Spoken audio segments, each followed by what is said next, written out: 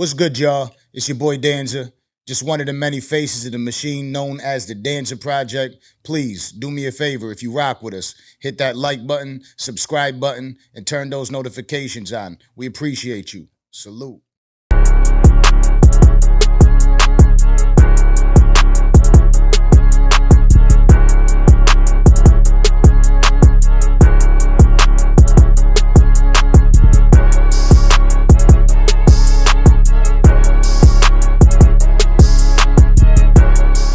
This is the Danza Project, season 3. Oof. My opinion on the shows we've done, I learned so much having the show with the two of you. Even all the clips when they're coming out, I'm like, yeah, you know what I mean? Because it's like real life relationship advice when you're talking and you're giving us information, right? Because I said that I don't like the way that the entire like red pill. Let me get this mic up set up. Right. Let me get this mic volume up a little bit. I think the last time we were here was like 3.5 hours, right? Yeah. We wanted to keep, we want to keep going. Yeah. But out of time. Like I don't like the new age of the like red pill talk. I don't. It doesn't really like resonate with me. And I'm sitting here at first like questionable. Like how is it gonna go in this podcast? I seen what you guys do. Make sure those speakers are off. But and by the way, we're live. Make sure you're hitting that like, subscribe button. We're live on YouTube right now. We do things a little bit differently at the Danza Project. It's all organic, real conversation. You're just jumping in the room with us. It's really what's happening. You are now inside of the room. Grab a seat, pour a drink, do whatever you got to do. Smoke a blunt. Just come and enjoy the vibes. Listen to some jazz. Hey, what's going on, guys? My name is Brittany Renner. This is my friend Charleston White. We just came out here to have some good times and talk about. We promise there will be no hostility. Talk about how to trap athletes into getting us pregnant. That's what we're going to do. Sorry. Oh, my bad. She already hates me. It's okay. Listen. I am a Dallas Mavericks fan, and now PJ Washington is he's one of us. So now I feel extra protective of him and the bullshit that he's going through. So I just want to let you know, PJ, I'm on your side triple now. and he's doing pretty good out there. He's awesome. He's terrific, man. It's really one of those things where it's like, you just imagine you're just a bad salesperson selling a bad product, then you go to a good team and all of a sudden you're fucking killing it. That's him. It's like he's a backup on the Charlotte Hornets, and then he goes to the Mavericks and they just know where to put him. You're going to be in the corner and hit open threes. We're going to get you're never going to get double teamed ever again. You don't have to create your own shot. Luka and Kyrie will get you the ball. Yeah. All we want you to do is play really hard defense, and that's what he does, man. And he comes out there and he's exactly what the Mavericks need. Him and Gafford are what the Mavericks need. And you know, I know what you're saying about Denver. I think the Mavericks are going to win a championship this year. Ooh. I think the Mavericks are the best defensive team in the NBA right now. Listen, I thought that with Minnesota, right? I thought Minnesota was the team that like make a difference. They were stopping Jokic for a couple of Landon. Could I get this fixed up here? The volume up. I'm on the mic here. I think it might be his headphones. Yeah, because he's loud to us. Yeah, okay. I can hear him. Yeah. So the top left. Yeah. Nope. That's not me. Yep, right there. That's good. All right, yeah, so that's what it is. You watched, if you watched the Mavericks played Utah and Gobert played for Utah, they literally played him off the floor. He couldn't play because they would run 4 out and there was he can't guard 3-point shooters at the line. And when Minnesota signed Gobert, I thought the same thing was going to happen, and it didn't until they played against Denver, and now it is because Gobert can't go out there with Aaron Gordon. And I think we're going to find out having 2 7-foot players that you're playing $40 million a year to, it's not a good way to build a team. Having Anthony Edwards is a great way to build a team. So before we get into all this NBA stuff, let me give you guys your praise for a second, because that's what I was trying to do. Right? He was sending me video from New York when the Knicks. Yeah, I went to Knicks Pacers a couple days ago. Shit. But Knicks fans, I thought I was having the most fun of my life and thought I was going to die at the same time. It was a riot. I was like, this is it. This is going to end. But let's leave it alone for a second. We're going to talk about it. Yeah. But no, what I wanted to say is I wanted to give you your flowers on the way you guys explain shit. Completely separate in your own way. It's such an amazing dynamic because you see all the platforms out there, and there's Danza and Kato, there's Gillian Wallow, there's all the podcasts that have their 2 people. When you guys get together, and have a conversation. There's so much fucking information out of there. I know. Like 3.5 hours filled with You gems. should see our text exchanges. Yeah, so it seems like this is just a everyday thing for you guys. Like this is It is a conversation. I moved to Vegas, so that's kind of amplified things a little bit more. I moved to Vegas. Like I've got a place now in Vegas as of March 1st. So we've been doing a lot more. I remember you telling us about that prior to you actually, I guess, making the move official. Yeah. You're very excited about and it. So like we're doing things like actually the reason I'm here more or less is because of the white party for Babes in Toyland, which is on Saturday. Hey, That is a premier event. that sounds If you don't like big boobs, don't come to fucking. Yes. Yeah, you know what it sounds like? women. If you hate children, hold on. If you hate animals and big boobs, do not come to my events. That's all I'm going to tell you. I'm gonna tell you what it sounds like to me. Like I can't go. That's what it sounds like. Yeah. I kind of, yeah, possibly, yeah. Yeah, I would have been able to go if you just didn't explain it. Oh,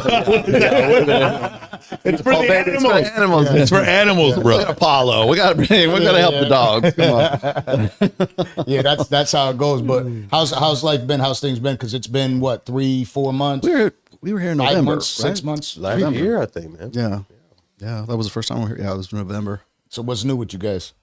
Just working on the show, building Access Vegas up bigger and better. I like to say we're the #1 podcast in Vegas. I think we're for the number what one- we do. For what we do, for sure. For our niche, we are. MOA, my company, we got to 1,500 clients finally, and finally got the YouTube 100K. It was all happened in a week. We went from 80,000 to 150,000 in like a week and a half. Nice. Because I had a couple of videos go viral, and then we've got 4,300 members in a free group now. And we're about to come out with a new offer. And I'm just so sometimes when you teach stuff, you're like, I know this works, but you're not. Sometimes you're like, is this going to work for everyone else? Yeah. And then we just finished our 200th video testimonial. 200 guys willing to go on camera and talk about how much the program affected them. There's 600 guys at any one time in the course.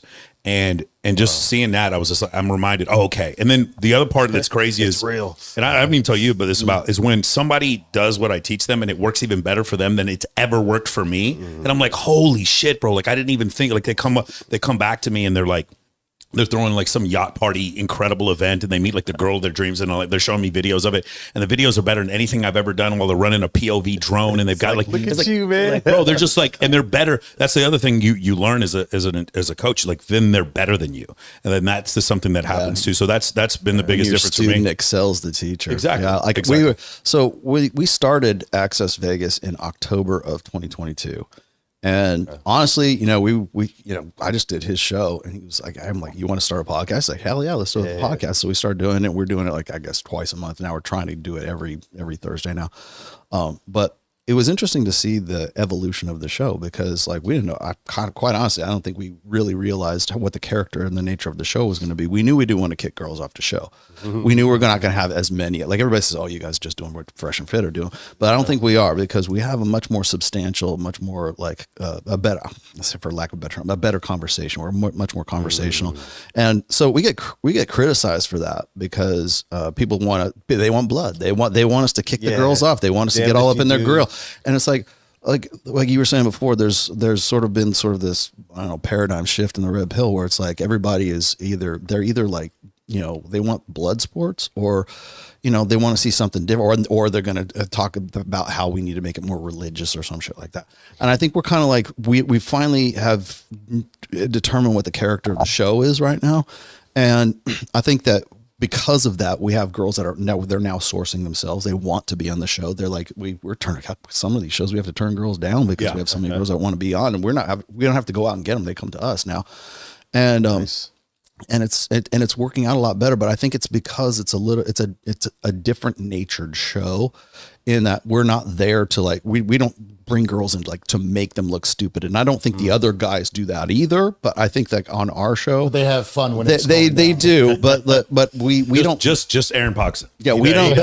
Shout out we to don't Aaron. start out. We don't start out like, okay, our goal is to kick one of these bitches off the show. We don't do that.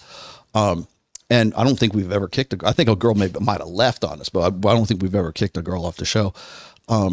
And so the nature of it, I think, is much more conversational. It's much more substantive than like what we see going on right now, because we just did the dating show with Fresh, and Fresh from Fresh and Fit has a new show that's like a matchmaking kind of show. And it's a different like kind of it's a little more down to earth, man. It's not so dating, bloodthirsty, you know.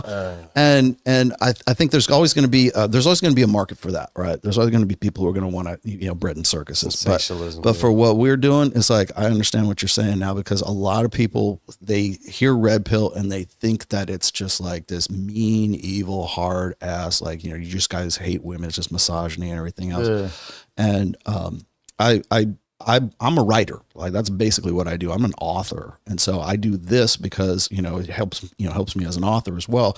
I come up with better ideas, having conversations and stuff like that. But like I said, it's like some people are going to watch it and they're just not going to get it. Like they don't want to get it. They're just there. Like their job is just to go there and shit talk you in the chat. So I was thinking about this when we just left the sauce cast right now. And it was these concepts where, like, when you go on most people's show, no matter who you are, they're going to expect you to fit in a box, right? They're going to do, that's why they invited you. Yes. Typically. And if you don't fit their box, it like, instead of being like, oh man, I'm open-minded to the fact that you may be different, they get frustrated. Yeah. So when Rollo is this red pill guy, he's supposed to hate women, right? And he's supposed to be against marriage. Then you find out he's been married for 27 years and his daughter just got married. And then I'm supposed to hate women. Then you find out most of my friends are female. I prefer the company of, I would rather be in a hot tub with 12 women than you guys. No offense, I love you guys. I prefer the company of women. Yeah. And throughout my entire... No diddy. Throughout my entire life, I heard Justin Waller say this, and I heard Adam Sosnick say this. Throughout our entire lives, our interactions with females has been so positive that, like, I love women. The whole point of me getting into this space was to try to help men from bad advice that I had seen them getting from other places.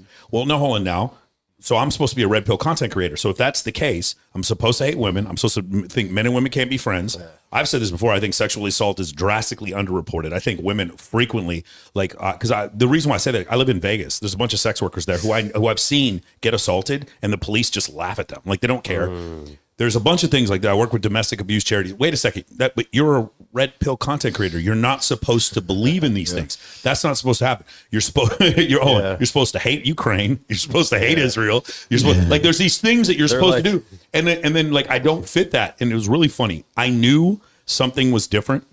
And I'm not going to say who they are, but there's a bunch of what we would call blue pill content creators. You know who they are. And I was looking at it. They were telling me about their text thread about debating me. And they were like, yeah, you have to watch out for Michael, because he's not going to, like, he doesn't have an ideology. He's going to literally just hit you with surveys, facts from different universities. And then, like, he's not going to be stuck to any of it. But that's not supposed to happen. I'm supposed to be a stupid mouth breathing troglodyte who fucking only loves God, hates women and homosexuals. Like, there's no way for me to have any more depth in my life than that. And when I don't show up like that, and they're like, wait a second, this guy, like, used to work in counterintelligence and actually, like, fucking, like, they're like so confused. And the reason why, what I would call, is like YouTube bigotry, where it's basically you get put into this one area because of stuff that you believe. And they do that with conspiracy theorists, anybody who questions anything to do with. And they just repeat it over and over and over. Like, we're going to do Fresh and Fit's show again. We already did a couple yesterday. We're on our whirlwind tour through Miami, right? Nice. So tomorrow, usually on Fridays, Fresh and Fit do an AMA, or like a call-in show, like a question show, a Q&A. And I suggested this to Myronn when I was on the plane. I was flying out here. I said, Myronn, let's get people to call in and tell us how the red pill has benefited them, how they were one way and now they've improved their lives, or they maybe saved their lives, or they're doing something different, right? How do they go from what they were to where they are right now? And in some cases, it's like they might have actually, like canceled their plans to self-delete, right? And so I was preparing for this, and Myronn's like, yeah, let's do it. And so, because the reason I said that, I've done this once before, a long time ago, I think it was like in 2020, where I would have people call in and say, kind of fishing for testimonials, right? Of course. But in this case, I think it's even more important now today, because I think too many people think that it's just negativity and it's just like exploiting, men and incels and everyone else, at the expense of, like we have some sort of program. Like he's got MOA. I don't have a pro. I have a book to sell. That's all I have, right? And so I thought it would be a great idea to have these guys call in and say, like, here's how I was. Or in some cases, I've had people tell me that, you know, they had planned or they had set a date, you know, like June 10th, I'm going to self-delete, right? And they canceled their plans to do so.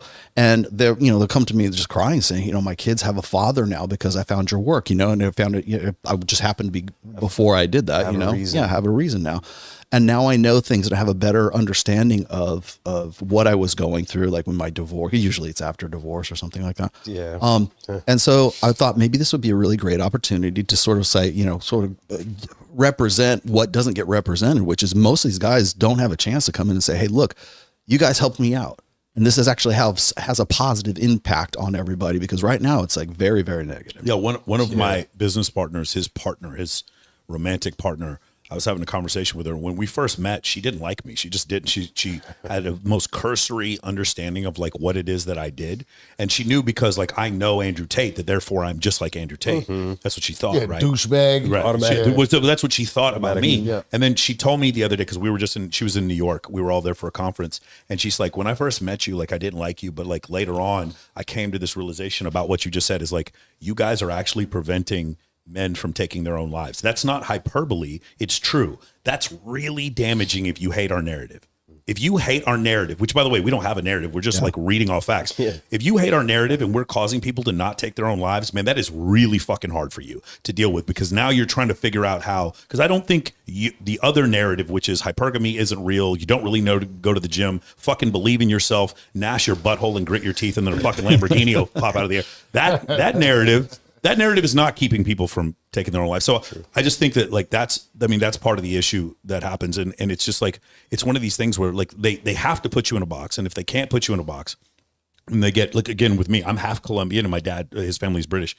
And it's like, they look at me and they're like, but you're Middle Eastern or you're Mexican or you're what? And then because they can't do that, then it just doesn't fit. And now they get frustrated and they need you to be some kind of way, and they insult you based on that. I can't tell you how many comments I've seen.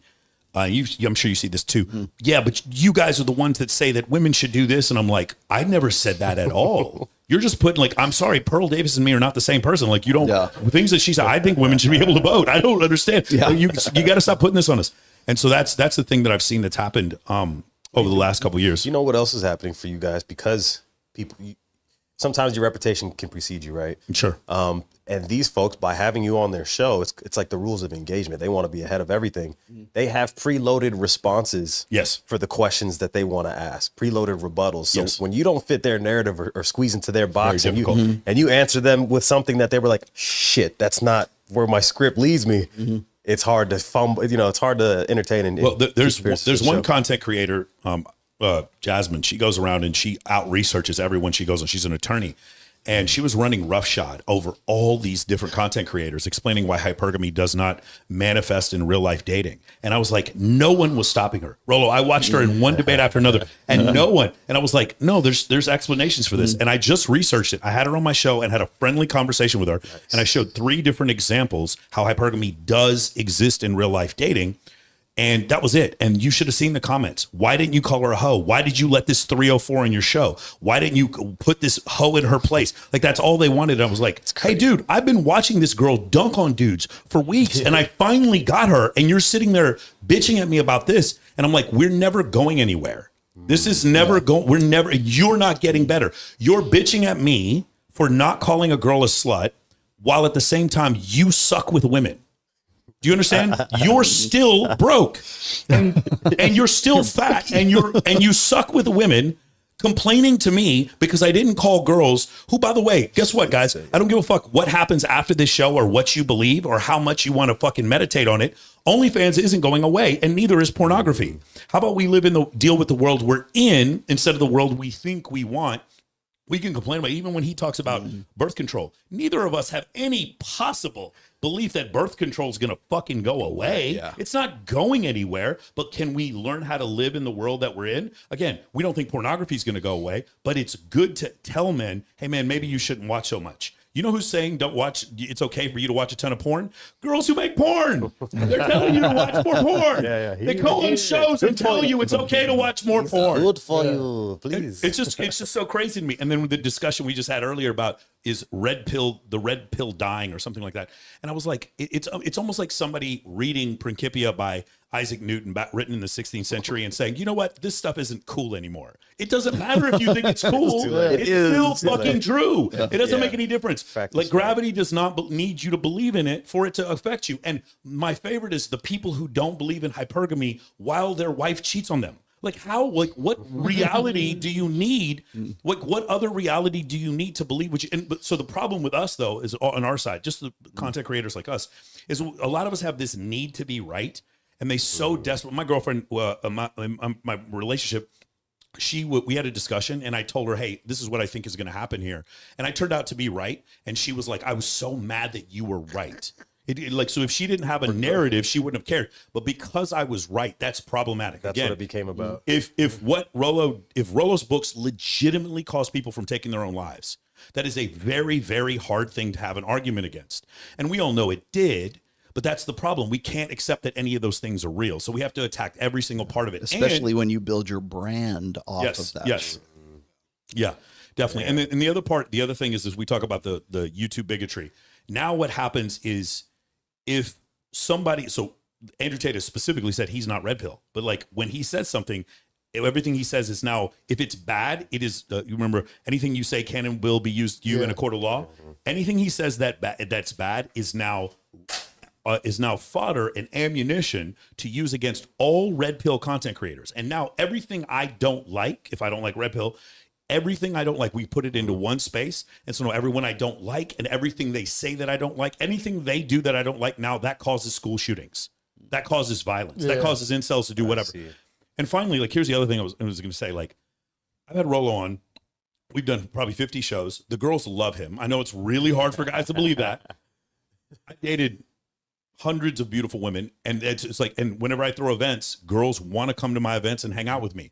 Wait, no, but you're with the incels, and they're supposed to. Dude, one of the things I just saw Destiny post this the other day. Girls don't want a guy who believes in red pill stuff, and I'm like, all my friends that are like red pill content creators, most of them are dating fucking super hot girls because they can lay down masculine boundaries. And then I see another article where politically progressive women in like New York are like looking for conservative men to date because they're like, they want a man who acts manly instead of a man who paints his hair. And it's just like, again, there's nothing wrong. Paint your hair, do whatever, get cucked in front of your wife. I don't give a fuck. It doesn't matter to me. Do whatever you want. Be free. But the point is, if I give you a tendency, if I tell you, like, I'm not going to tell you to fuck up your credit, but if you spend a bunch of money and you don't pay off your credit cards, you're going to fuck up your credit. I'm not telling you do it or don't do it. I'm just going to tell you the consequences of your actions. And when I do, don't get fucking mad at me because I told you the consequences of your actions, bro. It's just so maddening to me. That is the part. The more scientific and the less emotional we've gotten, the more hate we've gotten, which is really confusing to me. Yeah.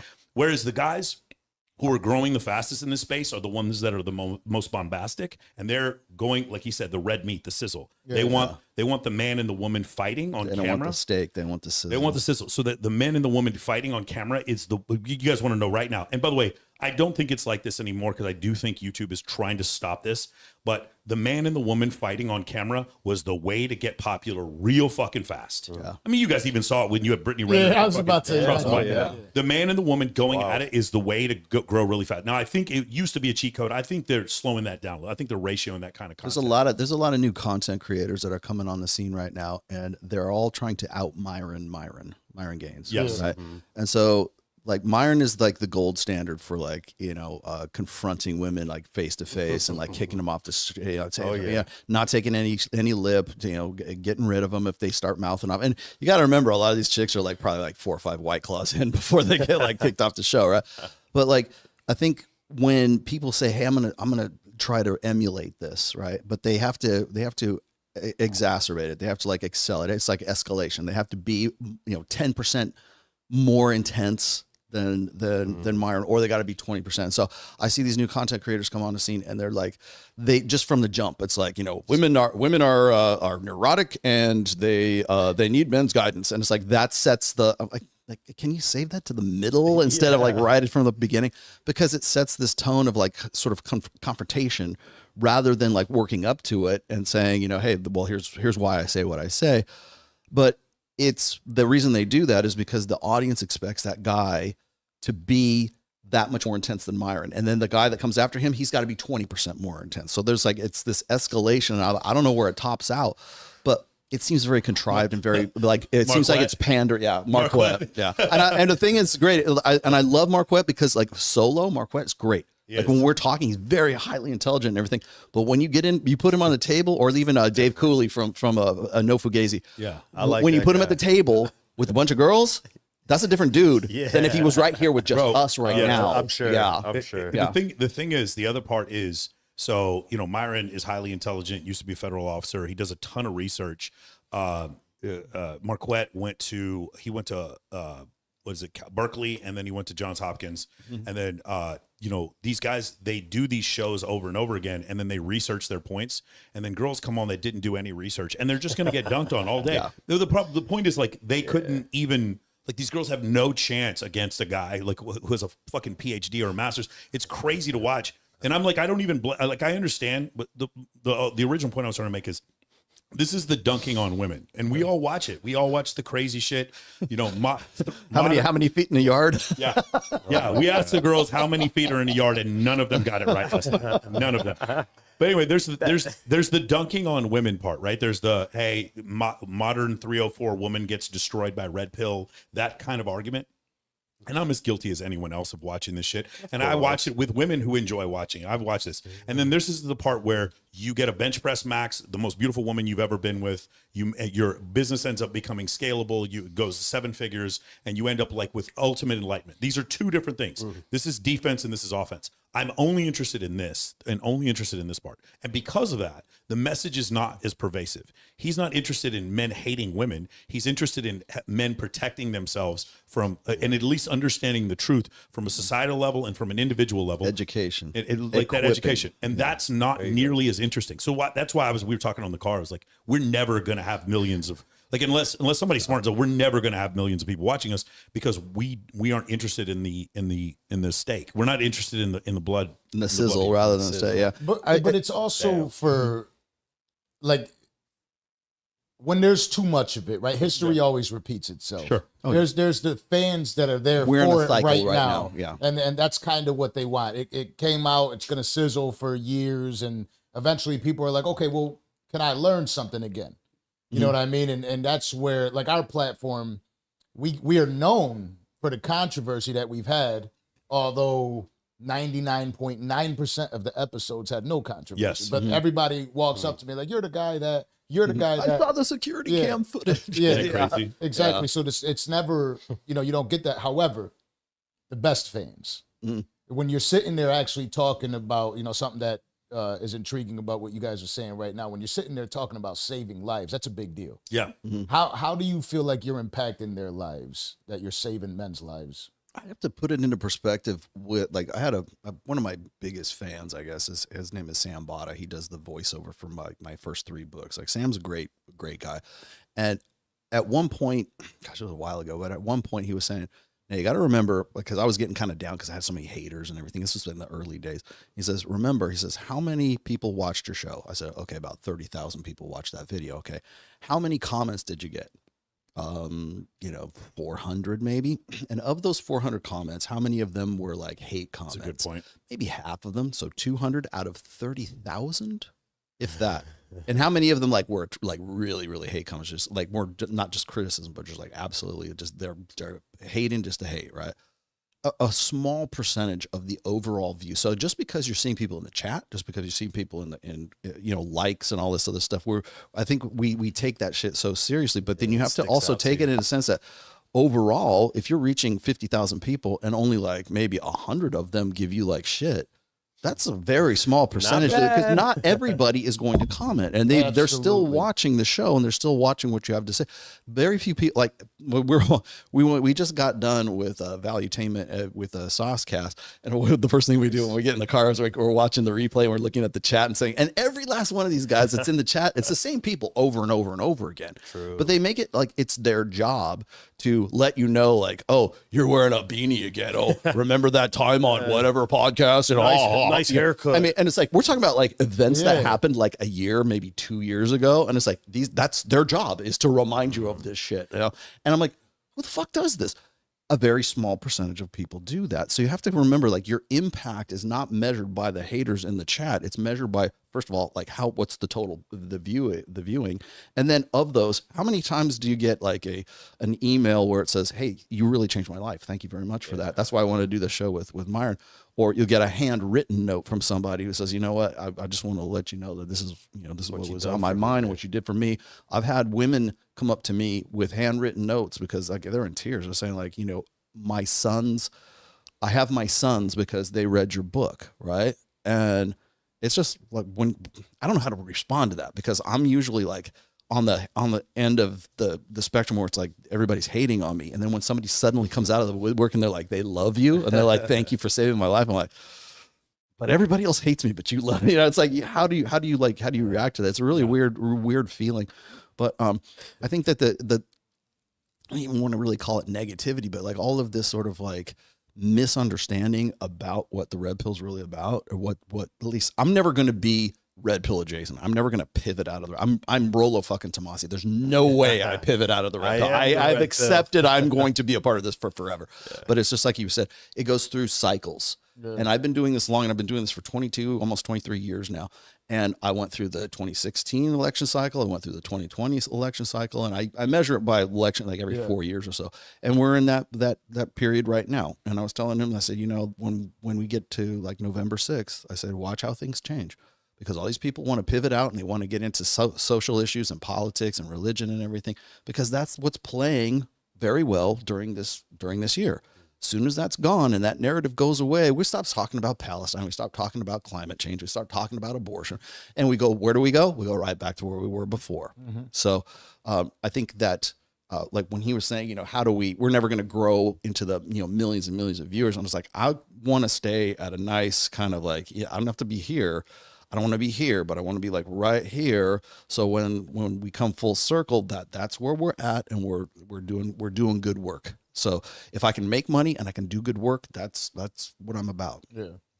So what I'm asking is, like, when you categorize it of how you're actually saving men's lives, what message do you think they're taking from what you're saying that's really like actually saving their lives? I can relate that to, like, most of the time it's guys who are going through divorces. This is when it comes to, like, you know, self-deletion and stuff. It's usually guys who are like either in a severe bout of like nihilism, despondency, and like depression, or most often it's guys who are like in the prime demographic for male self-deletion, which is 45 to 65 years old. I'm actually working on a program with Joe Myronn from the MOA group to sort of cater or to do a program for these guys. But that's the demographic, and usually when they come out of it, when a man comes out of a divorce, he's 8 times as likely to take his own life. Within the first 2 months of scary, because there's no support. There's no, like, women have a network of support, whether it's through church or friends or whatever, or family and stuff like that. Exactly. Men have jack shit. So I mean, imagine divorce parties. Like when men get divorced, we look at exactly. It like, you just lost half your money. You're going to lose part of the time to be able to see your kids. Like, we just look at it. Like, we either look at a man who just got divorced either as a failure or with pity. We look at women who just got a divorce and we make movies about them. Like, it's just completely different. Congrats, way to look girl. At it. Yeah, for sure. Eat, love, pray. So, but like, just real quick, just to answer your question though, it's like when I'm talking to them or I get the feedback from them, it's usually you articulated something to me that I knew in the back of my head, but I couldn't really put into words.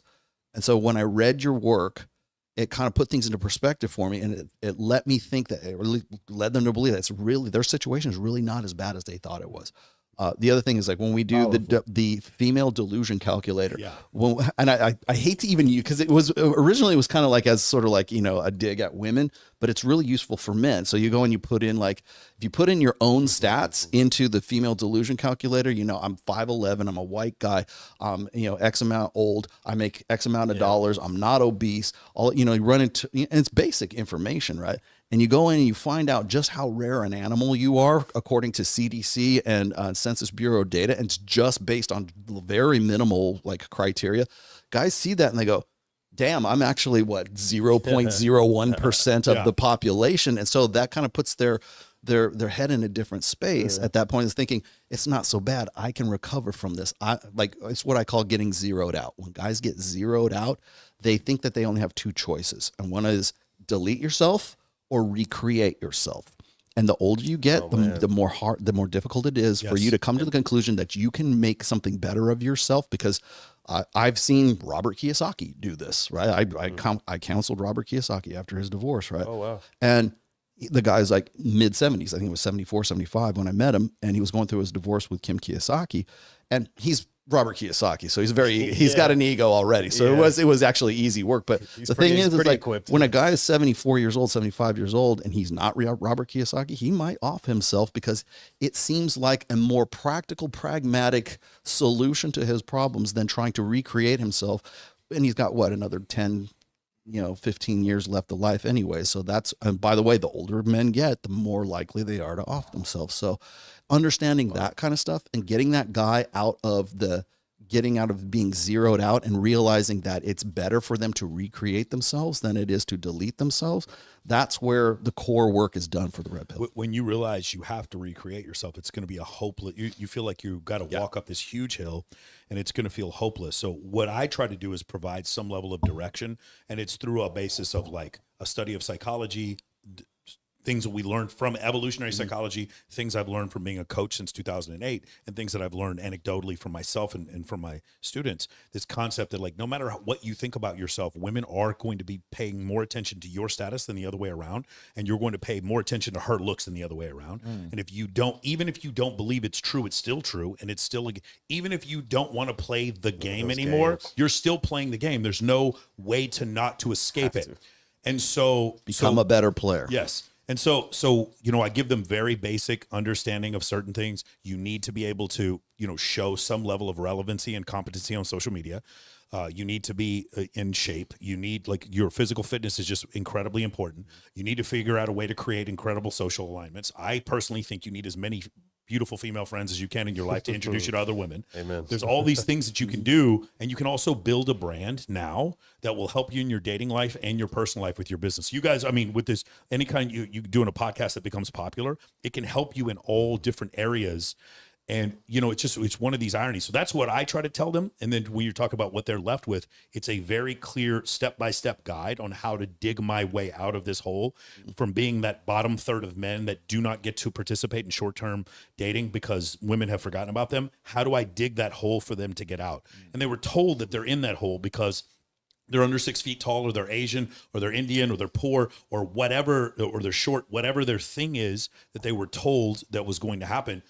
And then you can pry them out of it. But there's one other thing I want to talk about. When he was saying about the haters, you guys were talking about like the haters, meaning that you're getting more, like you look at it as a percentage of the positive feedback. Here's something you guys should do. When you're sitting around with a bunch of successful men, just stop and be like, hey guys, I'm just curious. How many of you guys left a negative YouTube comment? How many of you guys did that? Ask all the guys. Who do you really hate? And then they're but they're not even gonna laugh at you. They're gonna look around like, how do you leave a comment on a YouTube video? They don't even. They're too busy making money and fucking hot women to care about your fucking YouTube comments. So my thing is, like, ask yourself the question: if you're one of the people who's been recently like leaving these negative YouTube comments, while you're doing it, just stop for a second and then just investigate your life. Like, do you really think successful people are leaving comments like this? Do you really believe that to be the case? And then come to the next realization. You're not just doing this because you have free time. It's not just that you're doing this because you're unsuccessful.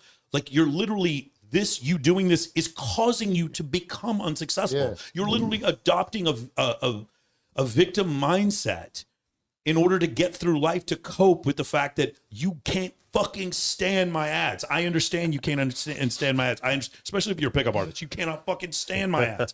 I get it. But the point is, like, even when people do things that I disagree with, I don't want them to fail. You know what I'm saying? We all live different lives. I don't want them to fail. I just like, it's not just that you're unsuccessful, so you leave bad YouTube comments. It's those comments that are causing your lack of success. Yeah. It's literally like you're commenting on Rollo's book or something about whether or not such and such is a praxeology while your dick is dry, bro. You haven't fucked a girl in 5 years. Talking the guy who said the praxeology thing, that dude has not fucked in 3 years. I will bet you any amount of money. And it's just like, bro, like stop for 1 second and investigate your own life while you're leaving these comments. Like, I just don't understand, like, why. And I'm not saying this because you make me mad. I'm saying this because I'm a performance coach, and watching people not live up to their potential, it agitates me because it's so easy to do it. And the methodology you need to live up to your potential, you're literally being taught to do the opposite. You're literally being taught that as a man, you being stoic is a problem. No, I just deal with my feelings in a different way than you do. And when I love someone, you know what I do for them? I solve problems for them. I know I'm supposed to sit there and listen while one of my girlfriends or my niece or whatever gets dumped but cheated on by the same guy 50 times. I know I'm supposed to just sit there and fucking listen. But you know what I want to do? I want to solve her problem. Absolutely. And when I solve problems for people I love, that's how I communicate. But no, I'm supposed to cry? No, like I understand some people need to cry. When your child is born, you have a parent that dies, whatever. That's something that's worth crying over. I'm not going to cry over some fucking girl. Like, that's just not it. And I know I'm supposed, like, it's just the level of vulnerability that men are being shown to ask. And I keep hearing these women say, these men are not healed and they're not showing enough vulnerability. I'm like, bitch, have you seen Machine Gun Kelly? Like, what the fuck are you talking about?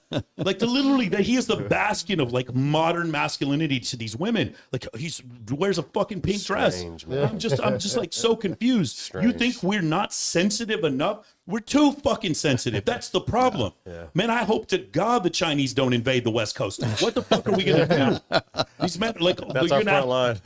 Bro, like, it's just so crazy to me. It's like, I'm not telling you guys to all be the fucking liver king. I'm not telling you to just grunt and take steroids and fuck. No, what I am saying is, there's certain masculine boundaries that throughout the 200,000 years of Homo sapien evolution have caused women to become attracted to men. And they didn't just change because somebody got elected president or there's a new social media platform. Those things still apply today. No matter how much people hate the fact that there are innate sex differences between men and women, they are real. And you saw the Harrison Bucker thing that he said recently. And he said just some crazy stuff. It's like, women, it's like women have been. He's a kicker for the Chiefs. Yeah. You guys can watch it. He did a I can't remember. He was like a he's speaking of something. Speech it was a commencement speech. And he was talking about like how, he was proud to graduate or whatever. And then he goes, women have been lied to about being educated and the happiest thing you could possibly do is have kids. And the thing is, while what he's saying, I understand why people are going to find it as offensive and it's super bombastic. The reality is, when women are surveyed, working women are surveyed, 83% of the time, they say that if they could have stayed home with the kids instead of working, 83, that's 1.5 standard deviations. 83% of the time, they say they would have preferred to stay home instead of work. So again, it's not sexist if I tell you, you're probably going to be happier if you do this. If I go to a man and I say, hey, listen, if you lead in your relationship, you're probably going to have a more successful relationship. Misogynist. Lose their fucking mind. Yeah, but it's still true. It tends to be true. It tends to be true the vast majority of the time. So if I say that and you're angry, and then here's what makes it worse, bro. Here's what makes it worse. When I don't even say, trust me, bro. Instead, I actually show you data that shows that to be true. Oh, fuck. Now what are you going to do? What are you going to do, bro? That's the worst. See, the problem with that is like when you show data and when you have like say, okay, here's the research. Like the beauty of living in this era right now is we have access to data like instant. Like I can just do it right now on my cell phone, right? And it's almost too easy, right? But the problem is when you come up with data and you don't tell people how to feel about that data, they will hate you for that. They will, like, if you have to attach some sort of meaning or some sort of emotion to that, because if you don't, they will fill in the blanks for themselves. So if it's something they agree with, then they'll love you and they'll say, oh yeah, he's a guru, he's a prophet, right? But if they don't, and it doesn't align with whatever their belief set happens to be, then they will say, why is he telling me this? What's he trying to sell me? Is he trying to convince me to be a, to change religions? Is he trying to, they will put meaning into it if you don't tell them that. And that's the number one, I think, obstacle that Mike and I run into, is because if we're just giving data, if we're just showing, we're making a case, right? I mean, we are building a case, for saying, this is reality. We're concerned with what is true. We're not talking about what is right, what is wrong. We're looking at what is true. We're factual absolutists, okay? Is this true? Yes, here's the data, here's this supports this, blah, blah, blah. It's almost like, building up a court case kind of thing. We're not saying it's evil, it's good. We're just saying this is what is. And from that point, you can develop best practices and decide, well, now that we know this shit, what can we do? Build a predictive framework and say, what can we do to live better lives with this information? That's the praxeology of the red pill, is having this data, and then you get to go and use this to better your lives. Apply in your own world. But there's such a double standard. So if I'm going to say this right now, because what'll happen is somebody else watching this won't clip this part, but they'll clip the next part. Yeah. Ladies, misogyny. It's probably not a good idea to marry a dude who fucked 500 women. And I'm just going to tell you why. He's probably really good with women. He maybe even really good in bed, but he's probably going to cheat. The stats show that if you are a man and you have more sexual partners before you get married, you're more likely to cheat. That's just the case. Now, okay, that's not the clip. What's the clip? Right. Ready? Now here's the clip. Ready? If you're a woman and you have more sexual partners, you're also more likely to cheat. There's the clip. Now I'm okay. There we go. Now, fuck this guy. I can't believe he said that. Oh my God. Okay. So ready? So now you hate I just gave a supposition. Mm-hmm. Oh no. Can't do that. Fuck this guy. Can't believe he said that. Ready? There's a study done by the GSS with 8,000 women, and they showed that women who cheated had 230% more sexual partners than women who didn't cheat. Now I just gave data to this supposition that you fucking hate. So now instead of you saying, wait a second, is he telling me this? Let me be open-minded to this. Now you hate me even more. That's essentially what happens because you're already stuck. You've already dug your heels in. You know I'm wrong. And then I show you proof that I'm right. Then now you're really upset. Nothing's real. And so now you're a narcissist. Yeah. You're a fucking exactly. Like $1,000,007 worth that they'll come. Yeah. I'm insecure. Yeah. Who hurt you, bro? Like that kind of stuff. So here's what happens next. I go on Brad Lee's podcast and I make the most innocuous, non-offensive supposition ever because I know it to be true. And that is this one. Ready, guys? When women see that other women are attracted to you, those women become more attracted to you. We've all seen this. You guys want to know, like, as soon as you have a girlfriend, every girl's texting you how handsome you are. And all, we've all had. We're having a dick sucking contest, and we thought you'd be a good judge. We're like, too bad. As soon as someone's going to clip that, I know. So as soon as you have a girlfriend, all of a sudden, every girls you talked to from 10 years ago are like, I've missed you. I'm like, you haven't even talked to me in 10 fucking years. But you guys know, if you have experience with women, you know what I'm saying is true. Absolutely. So I go on Brad's podcast and I'm like, hey, Brad, just to let you know, like women, generally one of the best ways to meet women, you'll never deal with any rejection and you meet a ton of women, is go to a club with a bunch of hot women with you and have those women introduce you to other women. Of course, in the fucking comments, it's like, that would never work on me. That's so immature. Yeah, this is kindergarten game. Do you think you're in fucking high school? So then I go back on the show like a year later and I'm like, hey, let me produce some content for you. Texas Christian University does a study where they show a man by himself and then they show a man when he's situated with women. And it's like he goes from like a 6 to an 8 or like a 6.5 to an 8.5, somewhere around there. It's indisputable, indefatigable proof that what I'm saying is true. But instead of like even considering that what I'm saying true, these solipsistic women and these fucking soy boy beta guys who are on there like literally, like guys, listen to me real quick. When you leave comments talking shit about me on my Instagram, those women you're trying to defend are never going to fuck you. Yeah, I say this all the time. They're going to pick them out of that. They're never ever gonna fuck you. Even if they totally agree with what you said, you are such a beta bitch for saying it They're never going to fuck you. Okay. You don't believe me? Go talk shit about a guy that's cheating on his girlfriend. Go be like, hey, you know, you're dating John. John's cheating on you. She'll never fuck you. Even she'll say, thank you so much. She'll go back and fuck her boyfriend. She'll never fuck you. You want to know why? Because you're a snitch. She'll never fuck you. It's just so crazy. Like these guys just don't understand. Why? Because they don't understand principles of masculinity. You wouldn't have snitched in the first place if you knew that was the case. If I ever have a homegirl and her boyfriend's cheating, I'm going to say, hey, you know what you should do? You should investigate this, this, and this. Just an idea. Just do that. And then they can discover it on their own. If you tell a girl her man's cheating, she's just going to run right to him. And stay with them. Yeah, for sure. So just going back to what I'm saying, I mean, it's just one of the craziest things that you watch. These people get so angry when you present like information to, dude, mate choice copying. I just showed them the article. Hey, this kind of proves like in two gender species, when a man is surrounded by females, when a male goose is surrounded by female gooses, then all of a sudden other women want to be with him. You can see this in primates, you can see this with rodents, you can see this with birds, you can see this with all these different animals. But these women are like, no, that would never happen to me. Who hurt you, bro? Why are you so insecure? And I just feel so bad for them. And then the other one is this. The other one is when I said before, OnlyFans isn't going away. Oh my God, this guy's trying to get my daughter on OnlyFans. What the fuck is going on? That's not what I said. Oh my God, bro. I mean, that's the source of like, I think what the narrative is now about the red pill. Like what you were saying before, it's like you say, okay, the first part where you were talking about was, you know, if you're a guy and you have more sexual partners, the odds are you're going to cheat, right? And then you say that about women, and that's the clip.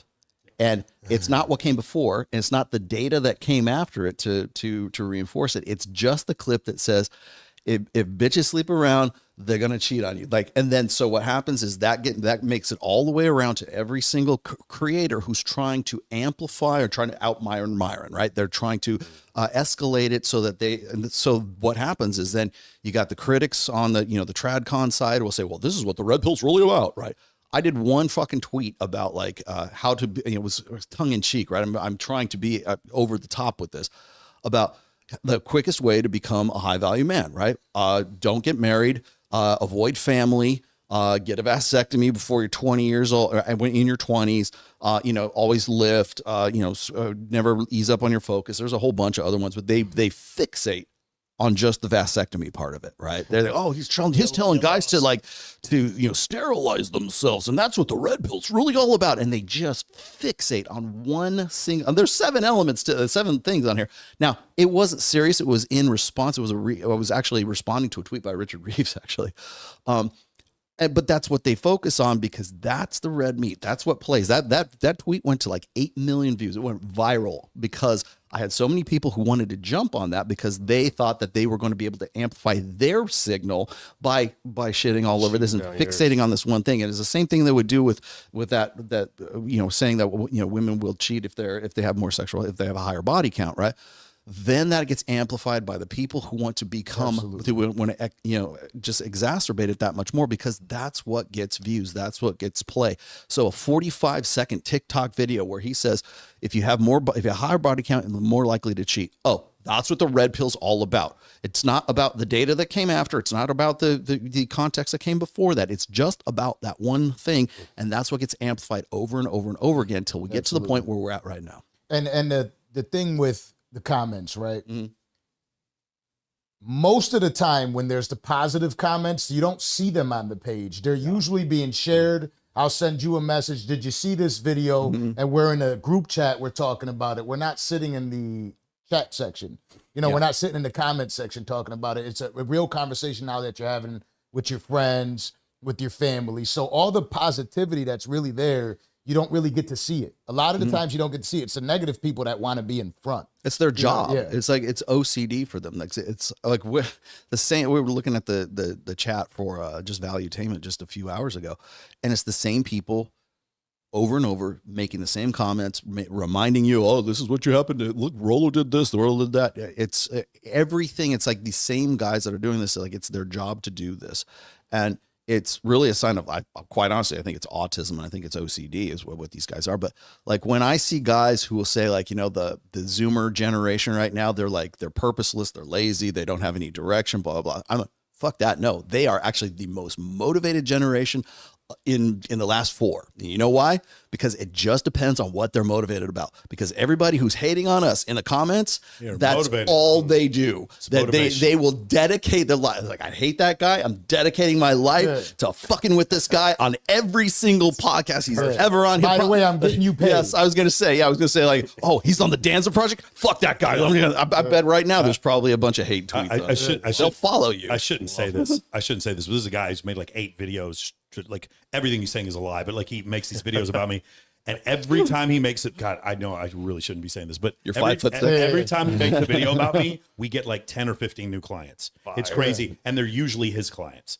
But like, he doesn't know this, so like, I kind of like, that's why I don't ever respond to it. And like, I want him to keep making the videos, but it's just so funny. Like, literally, I'll read the every time we get a new client, I'll get a report on Slack, and it'll go and it'll say like, how did you hear about us, and then why did you join? And it's like, I literally saw so and so make a video about you, why you joined, because that dude's a piece of trash and blah blah. It's so funny, and like, I hope to God he doesn't see this, because he'll. No, but there's somebody that wrote to you there. Yeah.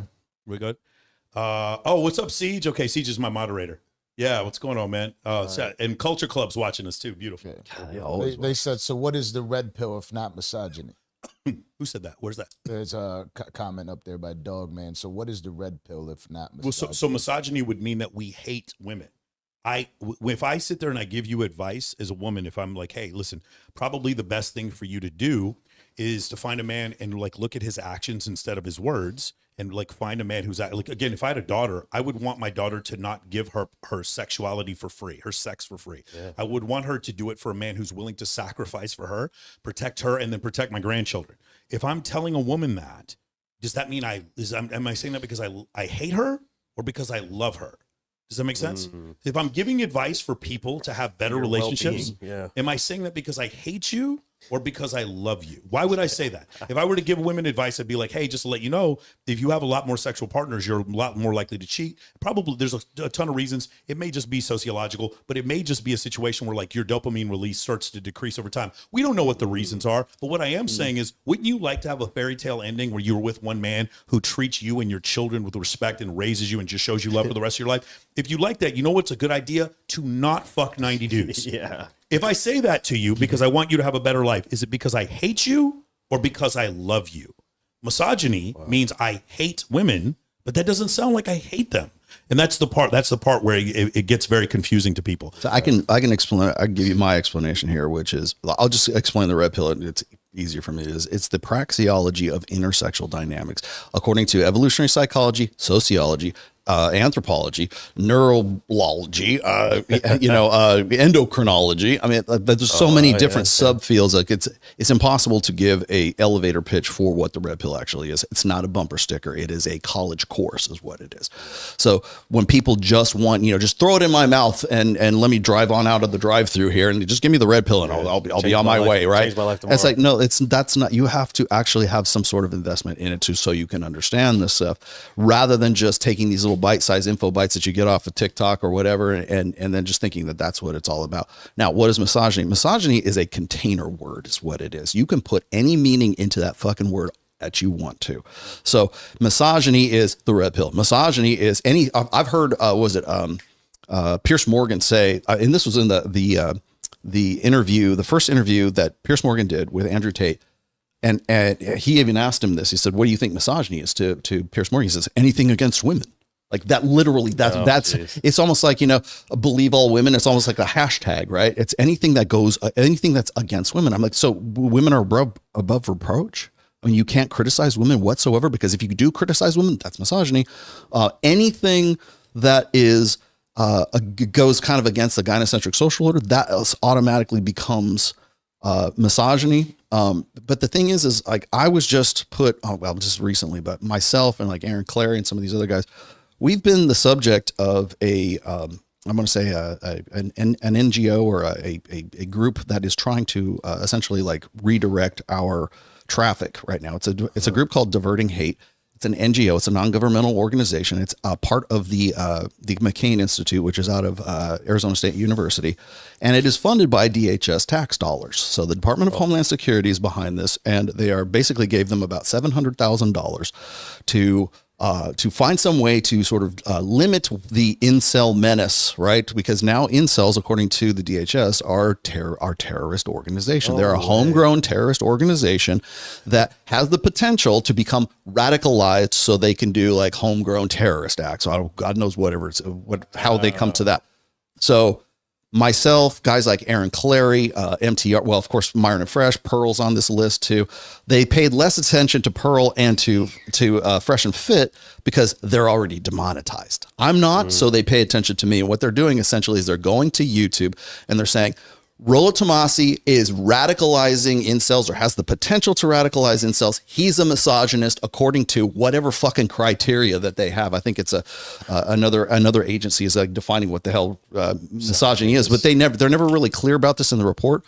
And they're saying, okay, so here's what we have to do, YouTube. We have to take his traffic and we got to redirect it to Justin Baldoni or Are We Man Enough? A state-sponsored, state-approved positive masculinity guy, which of course is a dude in a man bun, looks like a barista at fucking, at Starbucks, right? And so so we want to redirect Rollo's traffic over there. And this is, by the way, this is all proven. I've got this, the report just came out in April. So it's myself, and they give us ratings, right? I think I've got an 89 rating, and like Cappy's got like a 75. Male supremacy rating. Yeah, male supremacy rating. It's like your Madden rating. Yeah. So when you say what is misogyny, it's like, that's why I say it's a loaded question, because it's a container word. You can be anything you want, and it becomes dangerous when you put it into into situations like that. So now I'm on an NGO watch list because they're afraid that my material that saves men's lives is actually radicalizing incels. And really all it is there is no boogeyman. No one gets paid, right? So incels are a very convenient, easy to hate boogeyman right now, especially in an election year, that they're literally taking tax dollars to fund this shit so that they can redirect my traffic. My subs on my YouTube channel have basically come to they're flatlined right now. And then, like I said, Aaron Clary from Cappy's on that list, and some other people are on that list as well. And that's just one aspect of it. There's also Twitter aspect where they're trying to redirect my Twitter traffic as well. So they're not only are they going to Elon Musk, they're also going to the people at YouTube. And the other thing is Justin Baldoni, the guys who are getting like paid advertisement on my, like if you see an ad on my channel, it redirects, it'll literally redirect you to their channel. And how is that okay? And like this guy, Justin Baldwin, he had to approve that. He had to say, hell yeah, you can buy ad space for me, no problem. Right. So not only is he complicit in this, but you've also got the state, you've also got the NGOs complicit in it. And again, the reason why I'm sort of contextualizing this in terms of misogyny is that doesn't happen unless misogyny is something that is ambiguous enough that they can just put whatever fucking meaning into it that they want. It's so funny because this what's the name? Baldoni, what's his name? Justin Baldoni. Justin Baldoni. Well, I'm just like, I just don't understand. If I'm a man and I'm having trouble with women, why I would listen to like a male model actor give me tell me to become more new vulnerable. Age woo woo, like insane to me. Like I just don't understand. Like, why would you do? It's like Shaquille O'Neal telling you how to be taller. It's just just get taller, bro. Just be taller, bro. Like, I just don't understand, bro. Like it's so crazy. Like Paris Hilton. Why can't you just be born rich like me? What's wrong with you, loser? And it's always whenever I hear these guys talk about like just get it more in touch with your feelings and become way more vulnerable, it's always outrageously good-looking men who do nothing and have success with women who are teaching this. And by the way, listen, I've had some success, but I'm going to tell you, I went through a period of my time in my 20s where I would do exactly what women said, and I found out that it never fucking worked. It's good in the beginning. You have to go through that. You have to go through that period. You have to understand those things. But what I just said, because we all nodded our head yes when I said that. You listen to what women say exactly. You take them verbatim, and then it ends up hurting you. The fact that we all know that to be true and express it, and there's no other reality. It is true. When we say that, some people take that as misogyny. No, of course, you need to take women literally at their word whenever. Yeah, but their word changed. It was 12 hours ago. She was this, and now she's this. Like, I don't understand. How am I supposed to take that doesn't make any sense to me. But she said she would never fuck a guy on the first date, but then she fucked that guy on the first date. But I don't understand. But she said, wait a second, I'm supposed to. Yeah, but just questioning that means you're exactly by questioning just that having idea. The question. Dude, let me tell you something. You talking about believe all women, dude. I got homies I grew up with 20 years ago. I don't believe. I got motherfuckers. I got cousins I don't fucking believe. I'm supposed to believe all women. Like you, and the other thing is like hit this. When you look at the Lindsey Hill situation with Trevor Bauer, do you remember this situation? He played for the Dodgers, and this woman like got him suspended for 300 games because she claimed sexual assault. The videos came out, testimony totally innocent, exonerated, totally exonerated. And then the other situation was like literally he should sue the MLB for what happened to him. And then the other one was the situation with Amber Heard and Johnny Depp, and it turns out totally fabricated. He never hit her. She didn't even admit it at the end. Everything just totally thrown out. When you see situations like that, why am I the one who's upset? Who should be upset about women doing that? Who should really be upset? Yeah, women. If you are a proponent of believe all women, you should be more mad at Lindsey Hill and Amber Heard. Why am I carrying this torch? Why aren't you carrying this torch? How does that make any sense? You are doing your whole idea a disservice. Shit like that makes me mad because I know there are women who are subject to domestic abuse and they can't get the help they need because of women like doing shit like this, making more men not believe any women because you did this. That's the part that's just so crazy to me. It's like, well, but I'm not the one who should be carrying this torch. Women should be carrying this torch. Ladies, stop lying. Anytime a woman lies about her getting raped by some dude and it finds out she's not telling the truth, women should be skewering her, not me. This should not fall to me. Speaking of the female delusion, there's the popular question going around right now. If a woman were to be stuck in the woods, oh boy, would they want to be stuck with? It's not about the bear or a man. Yeah. Can you talk to us about that? Sure, I'll be happy to, because I didn't get to talk about this on Valuetainment as much as I wanted to. Remember, we have to go back to the source here. Okay, the reason why this even came up in the first place is because there was a video of this woman who was ignoring the guy or whoever else. I don't know who it was, but ignoring the advice of a man to like, don't fuck with the bear. There's a bear over there. Like, stay away. She's like, oh, it's a cute bear. Like, she wanted to really go and pet the bear. Well, she pets the bear. She tries to go up and get cute with the bear, and the bear basically rips her apart. Right? I mean, it was going viral at the time. Now, people completely forget about the original video where this woman had gone out there and actually got mauled by a bear. Right? And so what happens is the guys in the more, like I said, the more extreme element of the red pill, like, oh, look, look, this dumb bitch doesn't like listen to direction. This is what women think they think they're invincible. Blah blah blah. Look at you now. So what happens is then feminists and the people who are like more pro female, they say, well, I would rather be in a forest with a bear than an average guy, right? Complete redirect from the actual, the meat of the matter, the topic, which is this woman would not take directions from a guy and say, like, I'm protecting your life here. Yeah. Don't get, take heed. Woman. I grew up, I've been in Lake Tahoe. I've been as close to bears as I am from you right here. Right. I've been close to bear. Like, you stay the fuck away from a bear because it will kill you. It will literally kill you. They're faster than you think. And so I can remember being like in the Smoky Mountains of like Tennessee, and like all these tourists would stop and they'd see like a black bear and they'd want to get out and go take let's go take a selfie with the bear. Like, no, the bear will kill you. Fuck you up. Stay away from the bear.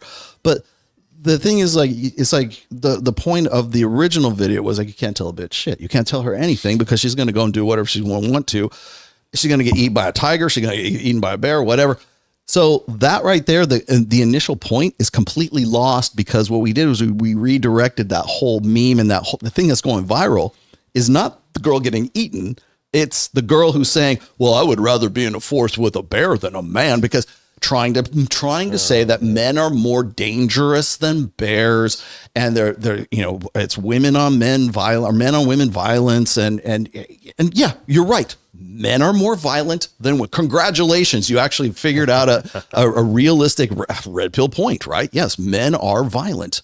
That's a proven fact. And you know what? People say, well, who's the number one killer of women is? It's like, it's actually heart disease. Has nothing to do with like interpersonal or partner violence or anything. Right? It's heart disease. And by the way, I've put this on my show before. It's like, if in the top 10 reasons for like mortality amongst women, violence doesn't even make top 10. It's not even 10.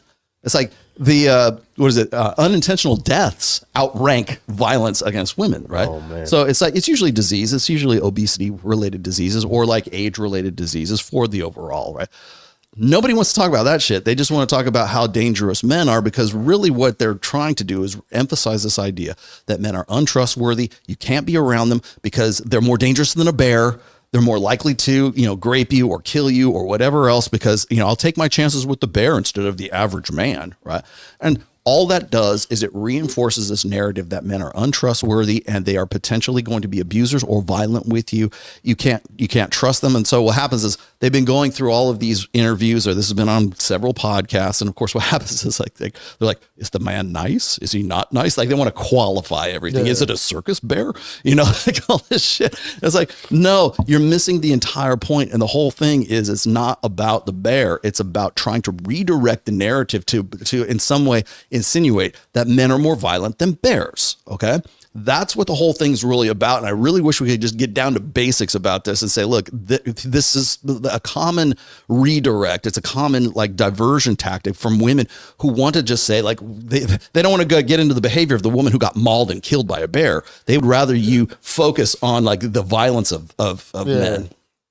Yeah. It's just the way that it is. And again, like while we're sitting here and we're talking about all the men, because it's usually men in the comment sections, I don't think women do that, right? They do, right? But it's not as much as men. Yeah. The women are out here in real life. They're really out there in person saying that, everything you say is They don't want to believe that some woman wouldn't take the advice of a guy because that guy's mansplaining. Yeah, it's not her fault. I'm mansplaining to you that the bear is actually going to kill you, okay? The other problem is there's a woman not listening now who is going to die by a bear pretty soon because we keep forgetting like what he said before. I won't listen to no man. I'll go pet that bear if I want to. This started off with a woman not listening to a man warn her about a bear. That's what this is all about. It's like you're not supposed to listen to the warning. And the fact that she died not listening to a man, that's okay too. Because at least she didn't listen to him mansplain shit to her. So it's just that part. It's crazy, man. It's all distraction. It's all diversion away from the original point. Yeah. Because women don't want to think that by the way, any unflattering truth about women's or female nature is always going to sound like hate. It's always going to sound like misogyny. You say, hey, look, sometimes guys actually are giving you advice, or like you want to say it's mansplaining or whatever. They're trying to give you advice because they actually don't want you to get hurt, right? They don't want you to, they're actually, maybe they have your best interests at mind, right? But the thing is, for the last 4 generations, we've taught women that men are basically untrustworthy. They're either abusers, they're borderline abusers, they're incompetent, or they're like Homer Simpson, right? They need a woman to save them from themselves. Like those are the 3 archetypes you get to pick from. And God damn it, you're not going to listen to advice from any 3 of those motherfuckers, whether there's a bear in the forest or not. You know what else? Like women have like this, it's like a shame oath where it's like they refuse to shame other women. Whereas men, it's a sisterhood. We bash each other all day long. Like, dude, you're an idiot. What are you doing, man? You're supposed to pay your taxes 3 months ago. Oh, we can also call each other fat, and it's fine. Then we go to the gym. They call me fat. I'm like, oh yeah, I should probably go to the gym. So we don't have an issue with that. If you say something like, hey man, you should make more money. Like none of us are like, man, I can't believe. Oh my god, I can't believe. Well, this goes back to what you're saying about men and solving problems, because it's really what we are. Yes. Right. We try to solve problems, and the women want you to listen. Just listen to me. Just listen. It's almost impossible, because by nature we are brought up to try to always solve people's problems. As when we come to each other as men, and we say we have a problem, what we want is for this other guy to sit there and be like, okay, here's what you should do. When a woman comes to you, like, no, just listen to me. It's like, well, if I just keep listening to you, you're going to run into this problem again tomorrow. Yeah. And then it's going to happen again and again and again. And you got to give me the space to at least explain it to you. And then the bear takes there's a comedy skit. It's like about a 2-minute long like video on YouTube. It's been around for like 10 or 12 years now. And it's called It's Not About the Nail. And it's this couple, it opens this couple up, and they're out sitting on this couch, and the woman's like talking, and she's explaining to the guy that's on the couch. We presume it's the husband or a boyfriend or something. And she's like saying, I have this horrible feeling in my head. It's just like, I got these headaches and constantly, I just don't know what to do about it. And then it pans to her, and she's got a nail, like a big old carpenter's nail, like right dead in center of her forehead. Nail.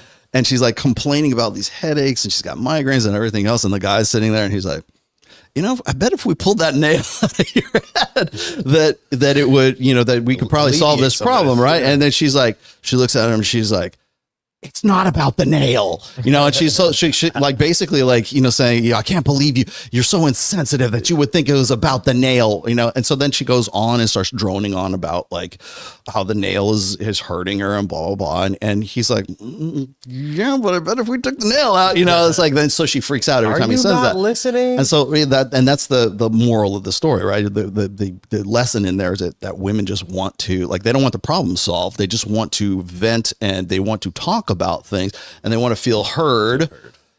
And men are like, but you wouldn't be in that pain, in that position, if I could solve this fucking problem for you. Just pull the fucking nail out. And what happens when these problems occur, right? Like when they start getting upset about this, when they have an issue, okay, they're having problems financially, let's say, or they're having problems with a girlfriend at work, right? And you try to solve this problem for them, but they just want to be heard. And the problem continues going on. They're bringing home this problem now to their spouse.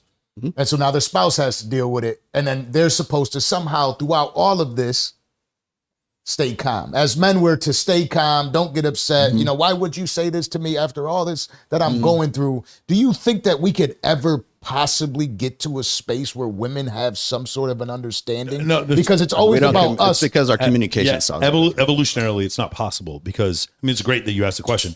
From an evolutionary standpoint, her evolutionary psychology is different from my evolutionary psychology. And her endocrinology is way less testosterone. And women actually do have more testosterone than estrogen, but they have, as a comparison, they have almost as much estrogen as testosterone. Men have 17 times more testosterone than women do. And so for us, our assertiveness, our ability, our spatial awareness, and our necessity to solve problems is paramount. I was just thinking about this, like Justin Waller, my friend Dan Fleischman, whenever I talk to him, whenever I talk to my friend Dan Bilzerian, whenever we're talking, our conversations almost always eventually revolve around solving a problem. It's a sales team problem. It's a building something. We're building something. Yes. It's a social media problem. It's a sales funnel problem. It's a finance problem. And it's so I love Justin Waller. He's my buddy. And whenever I talk to Justin, we're always trying to help each other solve problems. That's how I show love and loyalty to my friends, as I help pull the fucking nail out, when the nail that they can't see. That's always what I'm trying to do. I'm trying to get my friends on other people's podcasts. I'm trying to find my friends new sales associates. I'm trying to get my friends hired executives in their company. I'm always trying to help them, because that's how I show affection. It's not by buying them gifts, and it's not by telling them, like, hey bro, you doing okay? Like, I could do that if that's what you need. If you literally need that, that's fine. But like, for the most part, it's like, we just want to solve a problem. And like, for me, so here's the thing. When I explain that to you, all of us in this room as men, we understand that. It's like, that is how you show that you love someone, that you care about somebody. But someone on the outside who didn't see me cry or my facial expression change at all because I was stoic the whole time, they think you're holding in all your emotions. No, I'm not. I'm not. I feel the same emotions you do. It's just I've learned a different way to express it. I express it with a new bench press max, and I express it by getting my fucking friends paid. The shit still sucks. I get my friends paid. That is how I express. That's how I express my feelings. That's the gratitude. The apex of the human experience is to have a family and to accomplish goals with other men. That is it. That's the top. That's the enlightenment. Men have a burden of performance. That's the way we estimate how. The value of a man, men estimate other men, their value as to what makes you respectable. What have you done that means I should respect what you've done, right? So for women, respect is kind of a gendered concept, right? So for men have a different definition of respect than women do. And by the way, if you look this up in the dictionary, there's actually two definitions for respect. One is the one that I'm talking about right now. What makes you respectable? What gives you integrity, your character and everything else? What have you accomplished as a guy? What your burden of performance? Okay, how have you performed that means I should have respect for you? And that's like a merit-based hierarchical, definition of respect. For women, it's in the round. It's egalitarian. Everyone deserves respect. You guys need to get a participation trophy. Everyone should feel special. Everyone should feel respected. Everyone is. It's like almost common courtesy. It's like this idea that everyone respect is something that's like a common thing. It's just something that you ought to have rather than whether it's earned. So when men and women start talking about like respect, women are using one definition and men are using the other definition because men are hierarchical and women tend to be more egalitarian and more like a communitarian, right? So everybody deserves respect versus what have you done that means, how have you merited my respect? Why should I have that for you? And it goes back to like wanting to solve problems. What are your accomplishments? What are your talents? Have you maximized your potential? There's a lot of different criteria for men when it comes to like doing things and achieving things that earn them respect amongst other men. That's why we do things hierarchically. In the military, there's a rank, there's chain of command. Like works in the workspace, there's the CEO, there's the CFO, there's a COO, and all down to the janitor.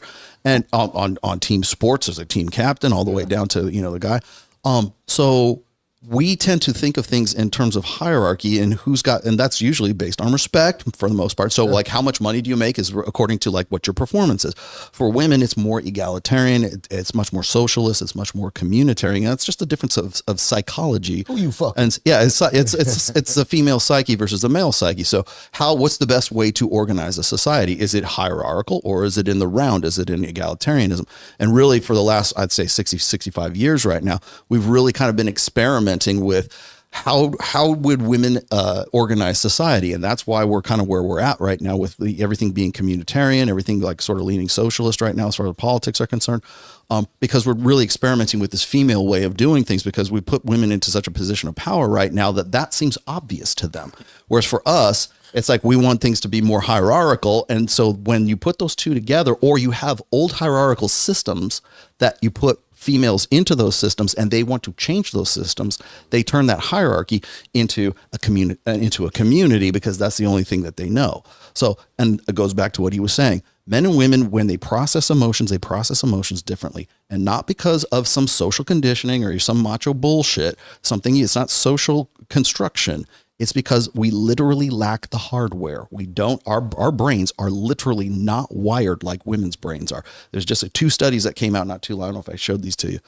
2 studies that were they're like fMRI studies and showing how the neural wiring of men and women, and how like men tend to be more like spatial. We can throw objects. We're more 3-dimensional. We have more of a capacity for like rational thought, whereas women tend to lean more towards emotion. So when we say, well, women are more emotional and men are more rational, it's literally down to the molecular level. It's down to the brain wiring. And the great thing is when you take those studies and you take those fMRI scans and you lay them like a man on top of a woman, they complement each other. Like the deficiencies in a woman are made up for the strengths of men, right? And it's just something that's more graphic. You don't see this like this is a red pill guy like relating this message to you here. And if I go and I say, well, women are better at innately better at communication, right? They like communicating much more. They get off on communication. They would communicate just for the sake of it because they find it enjoyable. For men, when we communicate, it's usually information based. It's content based. For women, it's context based. How did the conversation make me feel versus what information amongst guys has been related, and what problems can we solve? What can we build with this information? So men and women literally come to conversations differently. They speak different languages, or they come at it from a different perspective. And so that is also reflective of how men and women's neural wiring works. So if I go and I say, women are better at communication, sub-communication. They innuendos. They read emotions. They read facial expressions, body language, and like, what are you wearing? That kind of stuff. They get more information out of that stuff than men do because we're just like, we mean what we say and we say what we mean, right? If I say that women are better communicators, everybody's like, oh, yes, you're right. Oh, of course, But if I say, well, men are better at, spatial, recognition, they're better at, certain things that they're better at, like, more rational problem solving. They're more interested in things. And this is Dr. Steven Pinker, by the way. Men tend to be more interested in things. Women tend to be more interested in people. And this is like Pinker studies, right? You go and you say, women are more interested in people. Oh, but you go say, men are more interested in things. How dare you? That's misogynistic. Women are interested in things too, and so because it's sort of the narrative that we're at right now. One of the most preposterous narratives of all of them is the WNBA narrative. Like it's absolutely ridiculous. Oh, yeah. And by the way, I love basketball so much. I actually enjoy watching the WNBA. It's just not as good as men's basketball. Life below the rim. Okay, so here's the thing. The highest rated college basketball game this year. Do you guys know what it was? It was Iowa and LSU. Yeah, but it was women's basketball. Yeah. It actually got a higher rating than any of the men's basketball games. Wow. Was it a federal regulation that made people watch that more than the men's basketball games? Was it Title IX that made people watch that more? Or was it that white girl who could shoot the fucking shoot the leg? So you're telling me that because the product was better, more people watched it? Interesting. That's a meritocracy, not a patriarchy. Learn the difference. If the product is better, we watch. Did you guys see UFC 300? Those two Chinese women just beating the crap out of each other. And that one girl, she almost got tapped out. Like at the end, she passed out and woke up. That was awesome. But it wasn't awesome because they were women. It was awesome because it was awesome. Do you understand? Great point. That's not. Did I have to lead? Was there some sort of like regulation I had to follow in order to think it was awesome? Did I need to vote for Joe Biden in order to think it was awesome? Did someone make me think it was awesome? Or could I just see that it was a better product? Cool. So if you give me a better product, I'm going to watch it more. So because the WNBA product is not as good, then they should not make as much money, and they actually lose money when they play basketball. So it's one of these things that I just always thought it was crazy. And it was so funny because today, I think it was Patrick Mahomes talking about women's sports finally getting the due that they received. Well, the same day that Harrison Butker, who's his teammates, are saying women have been lied to and need to be in the kitchen. Yeah, shit. What's crazy is where he decided to do that. That was just kind of interesting. Yeah, because it was like a bunch of women that just went through 4, 5, 6 years of college. Yeah, for him to be like, hey, just so you know. Yeah, yeah, but I mean, it's just one of the dude. Like there are women's when Jamaica and the Bahamas and the United States were on the 4x1, the women do. I watch that. Yeah. That is awesome. It is so intense. Yeah. But that's because the product's better. It's an interesting product to watch. It's not because I'm being forced to watch women. Does that make sense? Yeah. And so if you make the product better, then I'm just going to watch it. I don't really care. I don't watch. Yeah, nobody's watching to see what Caitlin Clark looks like. Yes, you're watching her because she's out there shooting like Steph Curry. Yeah, and the other part is the opposite, which is this: I don't watch basketball, NBA basketball, because they're men. I watch it because they're good. That's a good point. That's not a patriarchy. That's a meritocracy. Yeah. That's the description of a meritocracy. That's how that should work. And so when these things that we just point out, they're so inconvenient. And they're so hurtful. You want to know another one? This is another one just totally data driven that really drives people crazy. It's when we talk about, if I were to say, hey, just let you know, like you're 35 years old, you're female, your runway for having a child is actually pretty short at this point, just from a statistical standpoint. And then she sees a man who's 35 and he's like, yeah, you can actually have kids. You're 55, 60 years old. You can have kids. People have kids men have kids in their 80s. If you say that, the man who waited till he's 35, 40, I'm 46, I don't have kids. He's immature. No, wait a second. No, biology just gave me this ability. I can also freeze my sperm. Like biology and medicine just gave me the ability to do this. So now Darwin is like biology, evolution is now misogynistic. Mm-hmm. Do you see that? It is. But it has to. I mean, I'm saying something. But what I'm saying is inherently true, and it's true if you don't want it to be true. It's still true. And so now, because I've used data to back up my point, you hate me even more. And that's the part that is just so disheartening in these situations. But because in my most recent relationship, when we would have these discussions, at first she would tell me everything I was saying was wrong. And then she'd go out in the world and she'd be like, yeah, you were right. You're right. And she hated the fact that I was right. Of course. And like often I figure out when I'm wrong too. And then I'm like, oh man, Rollo, sometimes he'll tell me something and it turns out to be true or whatever. I just all my conspiracy theories. Yeah. I just found that in general, that if you don't get tied to a narrative, like I don't have to own the narrative. There's only 3 narratives I own. Ready? The Dallas Mavericks, the Dallas Cowboys, and the Texas Longhorns. Those are the only 3 narratives I own. Those are mine forever. To die on that. Those are mine forever. Other than those 3 narratives, I don't really care. Like anything else, I can be swayed. I used to be a little bit liberal, but you know what happened? If you were a liberal 25 years ago, do you know what happened? And you just kept the same values, You're conservative now. You have to be. Yeah. Like, don't believe me? Lines are You go blurred, listen to the videos of Barack Obama saying he was against gay marriage. Like, you don't believe me? If you were a moderate liberal 25 years ago, you are a conservative now. You are. You just are. You just basically, the Overton window shifted to the left and you were left behind, and now you're conservative. You just woke up one day and you're like, wait a second. Same belief. What the fuck is he? No, It left you. I really don't think my daughter should have to wrestle a man in high school. I don't think that's a good idea.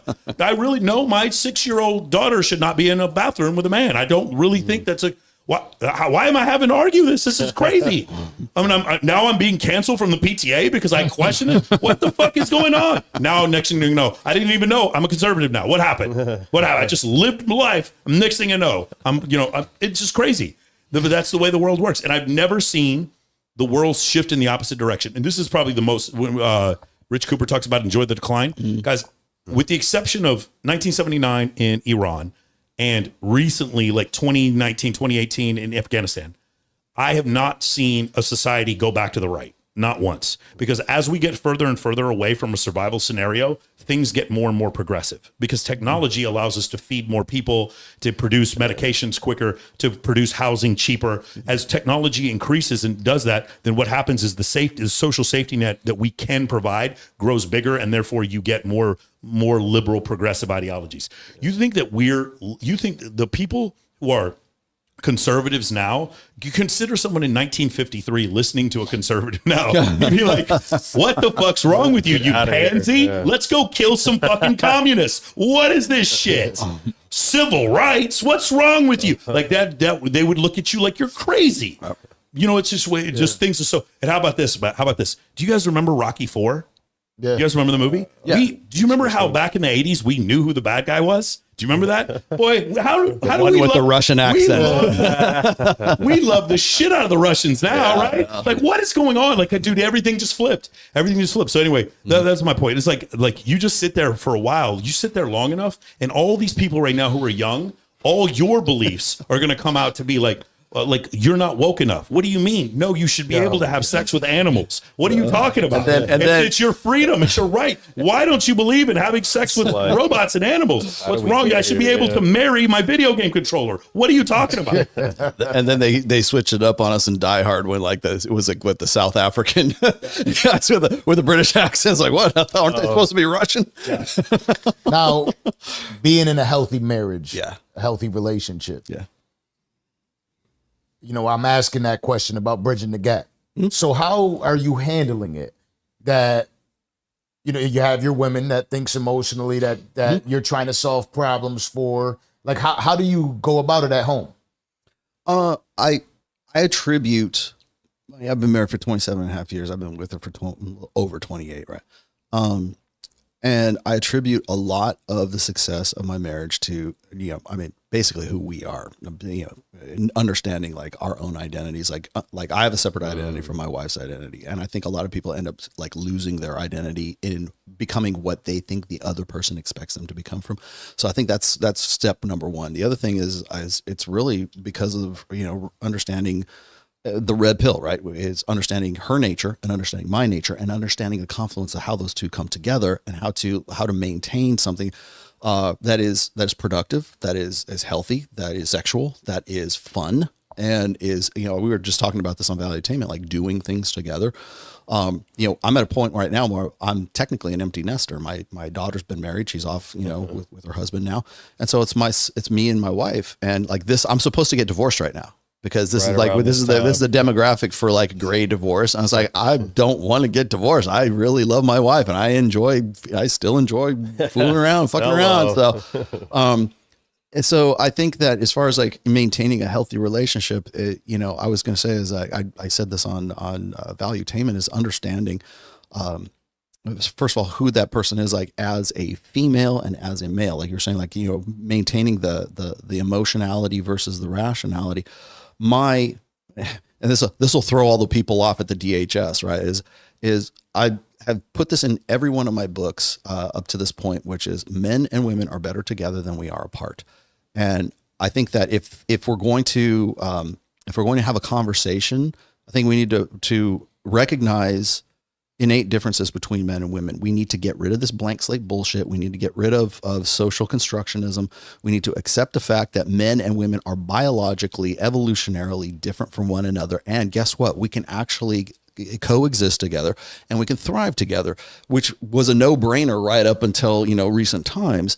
But we need to, if we're going to get back to healthy relationships between men and women, and this is just like having the conversation. I'm not even talking about marriage at this point, because right now women have been taught for the last 4 generations not to trust men. They're inherently untrustworthy.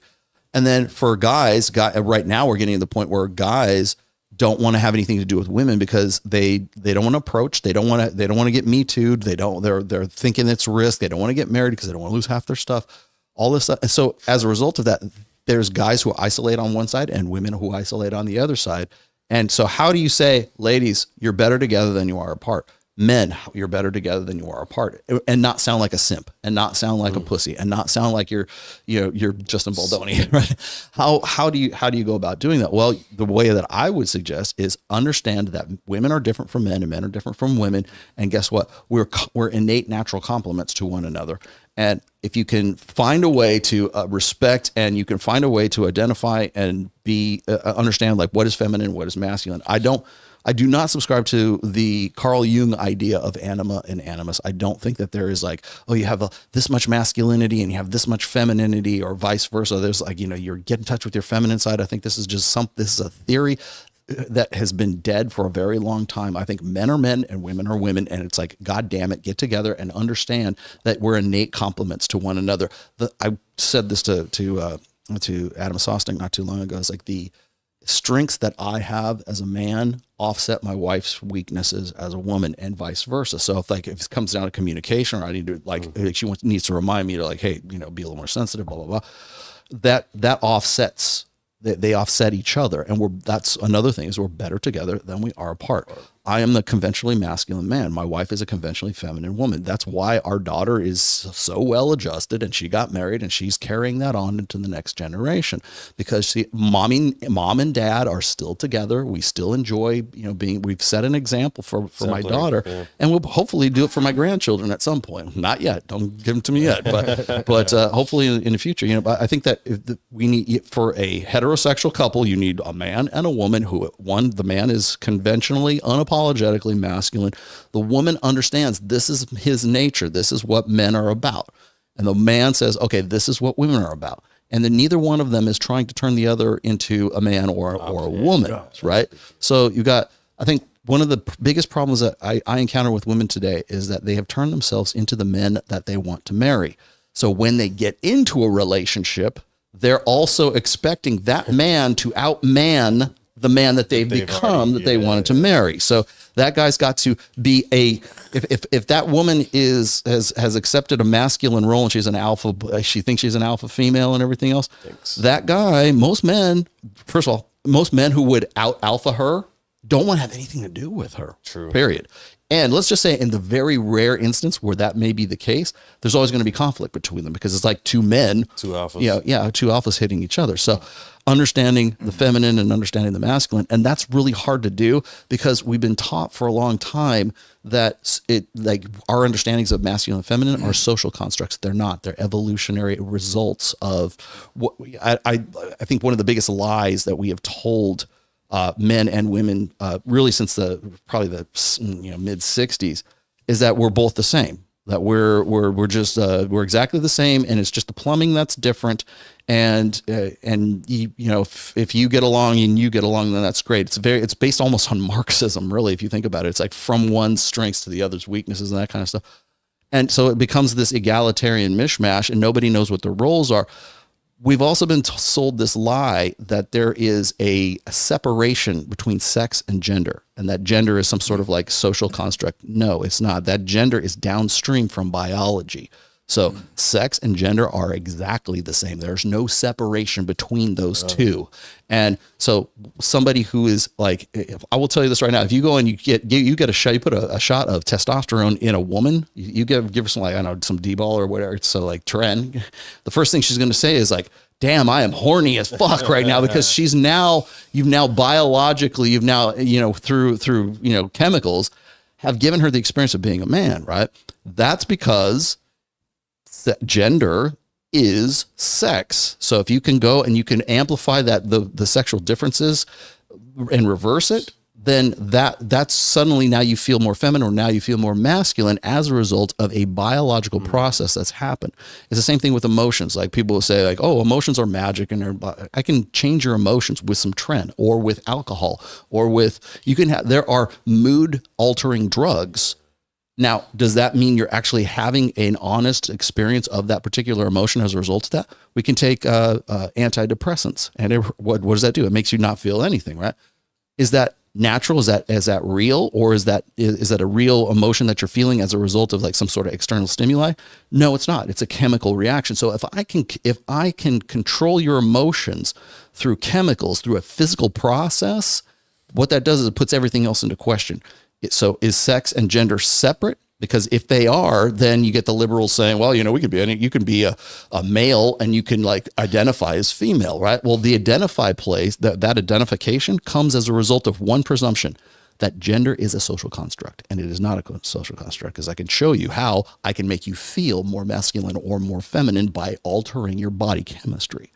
So, the other thing I want to gems right there. Yeah. Exactly. You were asking before about in a relationship, like how do you deal with it?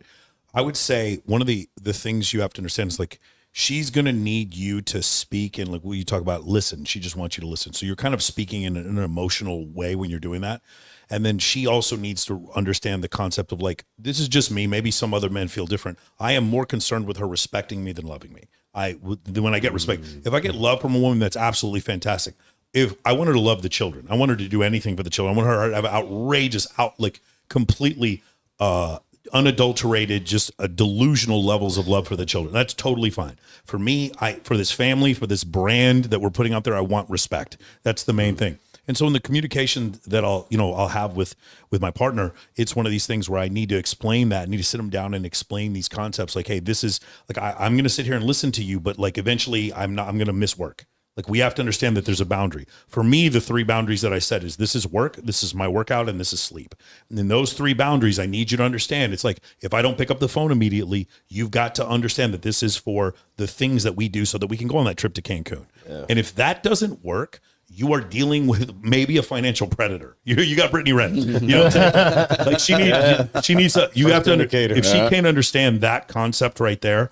That's one of the big have you ever heard the drug dealer effect? Have you guys ever heard of this? What's that? The drug dealer effect is when a girl dates a drug dealer. He has a ton of money to spend, a ton of free time. You know what I'm saying? And he's always got the drugs. So every boyfriend she has from that point forward, if he works his ass off, he's not going to have enough time for her, but he'll have money. And if he doesn't work his ass off and he's got time, he's not going to have any money. The drug dealer effect is like, he's got time and money. And so it just kind of like ruins girls, and they get this like this ridiculous perception. There's one other thing I want to say.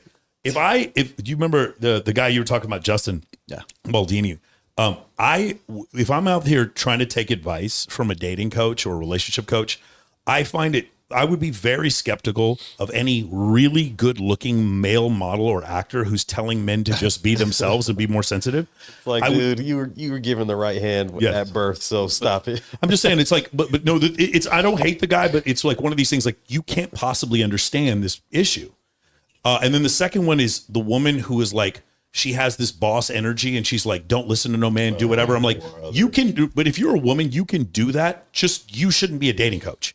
Like that's not good advice to get into a relationship. And then finally, anyone who gives relationship advice, we saw some matchmakers the other day, and you know what the advice was for men? The same thing it was for women. When it's the same advice for both genders, that tells me you don't know. That tells me it's like, you guys need to open up more and just increase the conversation. I'm like, no, he doesn't. The man needs to ask more questions to get her talking more. And in doing so, she will build attraction, and then he can actually become mysterious to raise his status. Yes. See how that's different? See how he needs to do a different thing than she needs to do? That's game. That's called game. If you don't understand that, that's fine. But that's how intersexual communication works. Anyone who's like, here's my advice for dating, and they don't make it gender specific, they don't know what they're talking about. They don't know. They're generally born on third base and thought they had a triple. It's one of these really good looking people or women that just kind of gotten everything in life. They've done this experiments. I don't know if you've seen it, where they give good looking women, the Tinder profiles of average looking men, and they're like, use this Tinder profile to go pick up a woman. And these women are so morbid, just insanely overconfident. Yes, I'm going to get laid. I'm going to get laid by, and they write these crass messages to women like, hey, I want to come fuck you, all this kind of stuff. And the women, of course, get destroyed, and then they're confused. They're like, how come I don't get any matches? Because it's hard for men to get matches with women, and you didn't know that because you only recognize Brock the bartender and fucking Steven the male stripper. Those are the only men you see. And because of like, what was the other one? I saw this one YouTube video where the guy was like, you know, what kind of guy would you date? Would you date that guy? Well, somebody was asking a girl, would you date that guy over there? And she goes, which guy? And she's like, that guy over there. And she goes, I don't see which guy. And he goes, that guy over there. He goes, you mean the one behind the mailman? No, we're talking about the mailman. Would you date? She doesn't even see him. She doesn't even, it's not that he's ugly. She doesn't even see him. And so from that standpoint, like that's where you get, like when I listen to people give advice, I'm like, if you don't understand that there are indeed innate sex differences, then I don't need to listen to your advice. I brought that up when we were talking about like how women are like really invested in this idea that like men who are in therapy are like sexy because they're working on them. So I was like, get the fuck out of here with it. Well, yeah, it is. Or they'll call you like any ex-boyfriend is a narcissist. It doesn't matter. I say this all the time. They're actually like what 5% of the population or 1% of the population. It's like, no, it doesn't matter. If you broke up with you, you're a narcissist. It's clinical, right? But no, I brought this up as well as like when I was bringing up the idea or the truth or the fact that men and women's brains are wired differently. They are literally, the synapses are not the same.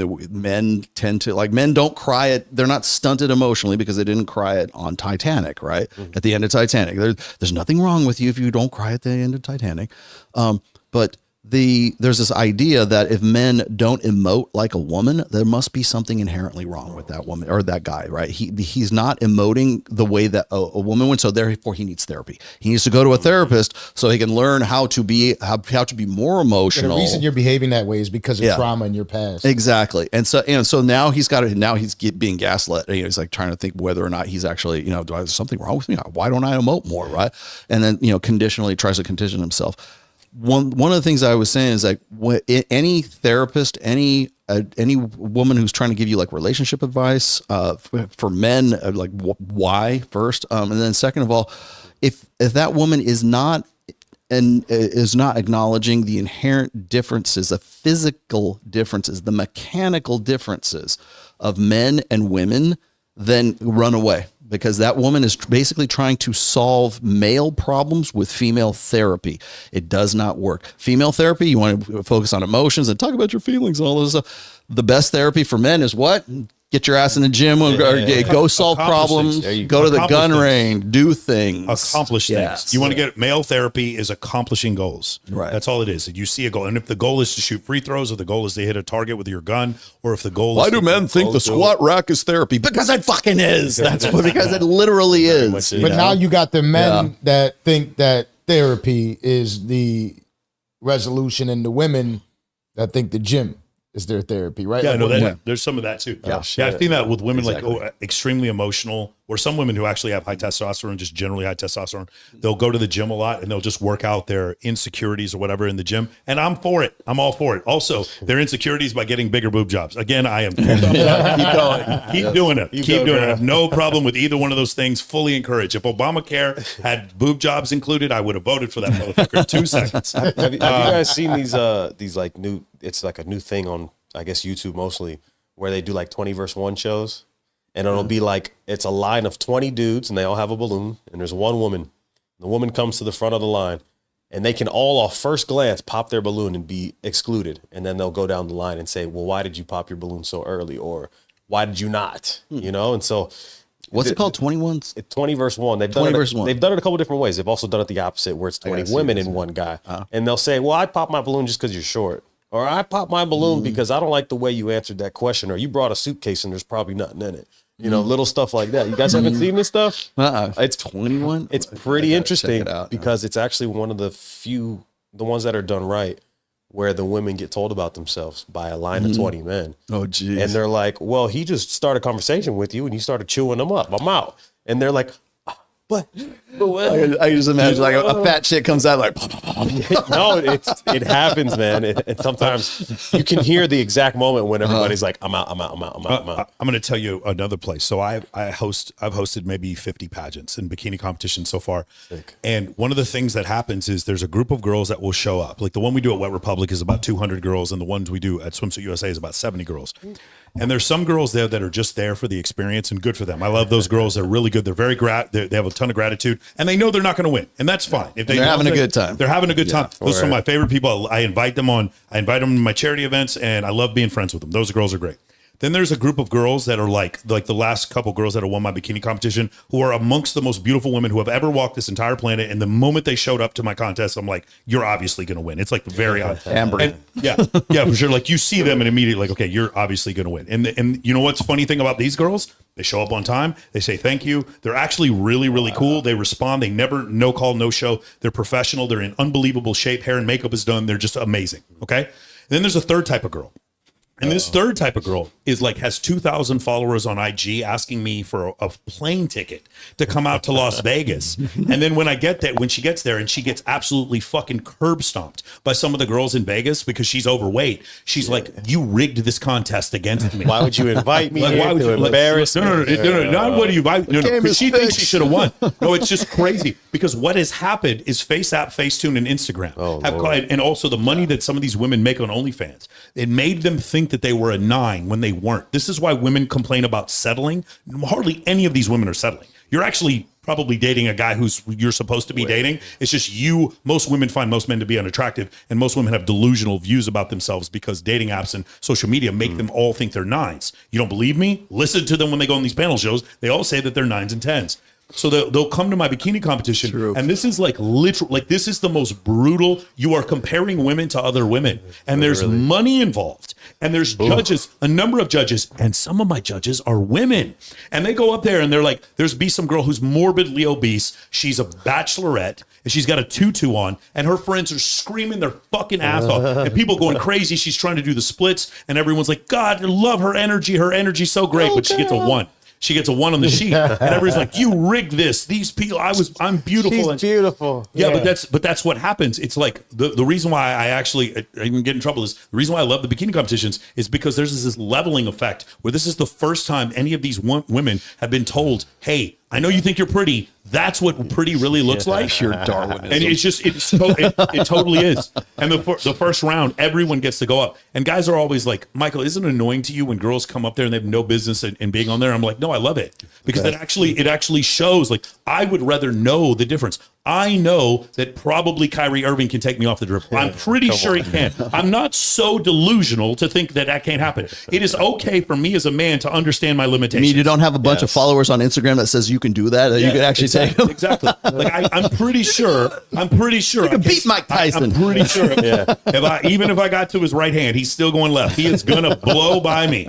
All right. Now, it is okay for me as a man to register my own limitations. But for some reason, because women are told you have no limitations, while I get why you're doing that for her self-esteem, she is going to be destroyed when she comes to a place where those limitations actually has to face real life. And so you're doing her a disservice by spoiling her. That's essentially what's going on. And so whenever I watch these beauty contests, bikini competitions, or whenever I see girls try out for the pools in Las Vegas and they don't get a single callback because they didn't understand that tattoo that your pimp put on the front of your fucking thigh, or that big fucking tattoo in between your titties that you got. Your chandeliers. It's like that no one told you to get. That tattoo that you got, now these people don't want to fucking hire you anymore. I'm sorry, but you didn't listen. Because you get so much positive affirmation on social media, you actually start to believe this, and it becomes so problematic. And I'm not trying to say it because I know other red pill creators would be like, yeah, you take that, you delusional 304. Like, that's not what I'm saying. What I'm saying is you've done yourself a disservice by not recognizing, like, dude, could you imagine? I put 475 on the bench. Here we go. It just put, like kill myself. Like, no, I can't bench press 475 pounds. And I know that I can't, I can't go dunk on somebody in the NBA. I know what my limitations are.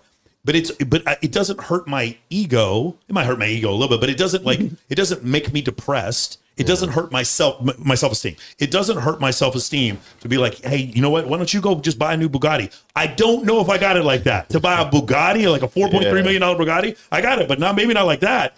But me knowing that doesn't make me want to cry or feel bad about myself. And maybe it's because I'm a man and I'm just not quite as sensitive. But like when you let again, most recent relationship in this situation, she's so pretty that every dude told her yes all the time, and I was the first guy to ever tell her no. And so when we would have these conversations, I'm like, these guys are just all trying to fuck you, honey. Like they're going to say whatever they got to say. Of course they said yes. And it took her a while before she came to the realization, like, oh my God, Michael's right. Like I had no idea. I need to learn some skills. Like what the fuck is going on here? I didn't understand like how easy my life was because I was beautiful and everyone was telling me like yes. the larger narrative, like, because this is like a really good illustration of a larger narrative, which is that I brought up before, is like it's empiricism. It's like the real world reality versus what you want it to be, what you hope it would be, what society tells you it should be, what your emotions feel like. I feel like it should be this way, right? So like I put it in the illustration I use is if you got like the guy who is the male who is the number one female swimmer because he's decided that he's going to be transgender and he's going to identify as a female. He's going to go into that competition. He's just going to dominate. He's the number one female swimmer in that league. He's the number 427th, male swimmer, but he goes in there because he identifies as that. What that is we've been pandering to this emotionalism for so long and building up ego and building up, and this is just in one isolated incident, right? That when we put that guy into a real situation and he goes in there and he dominates, then now what we're saying is, well, we've been pandering these people. We've been pandering to their emotional needs, their emotionalism, which is, I feel like I'm a woman, right? And now you put that person into a situation, to a real life situation where they go in there and they dominate that sport, then what you're doing is you're having the empirical world, the real world, that's clashing with your emotional world. Like, this is what I hope is going to be. I hope it's going to work like. And now we're forced into a position where we have to reconcile that. So like now, of course, women's sports don't want to have a biological male that's in there because it ruins the sport. It fundamentally changes the sport when you do that. The other thing is like the WNBA, like back in like, I think it was like 2002 or something like that. There was actually league-wide memos saying that they were going to lower the net. Or like the height of the net, right? They were considering. They were considering. It didn't happen, but they were considering lowering so that the ladies could dunk, right? Because they'd life below the net, right? But they didn't do it. And why didn't they do it? Because it fundamentally changes the nature of that game. It has to be here. This is where we do it, and this is the nature of the game. And if it's not called basketball anymore. It's called women's pussy ball or whatever it is. Like they have. So now it's children's basketball because that's what they do is they lower the net, right? But because what it is it's a desire not to get better or have a better player of the game. It's a change the nature of the game to suit the talents of that player instead of the other way around. Get good or change the nature of the game. And when we're talking about like a female motivated, a female incentivized organization of society, is always change the game, not become a better player of it. Whereas for men, when we're working in hierarchies, it's never changed the game and always just do better. Like you become a better player at it. Versus the handicap. Now hearing all this about women. Last time you guys came here. Oh, it's actually about guys now. We can do that too. No, well, last time when you guys came here back in November, I had a son only. Yeah. Right. And now I have a daughter. I have a daughter. And listening to you and how you raised your daughter, right? What with the way everything is right now. Oh yeah. Right? Because it's really just, it's almost like if you're not that type of a girl, you're not cool enough. You know what I mean? So what was it like raising your daughter?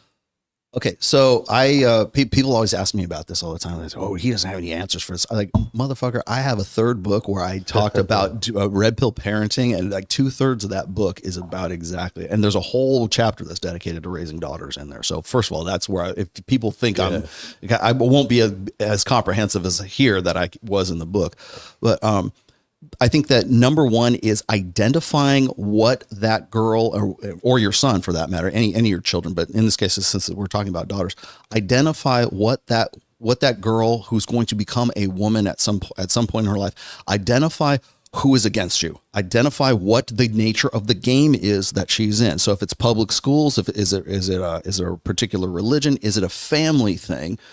Because a lot of times, like if you have a dysfunctional family, it doesn't have to be your family. It could be like her grandparents, or it could be an uncle, or it could be something that's even outside of the actually immediate family.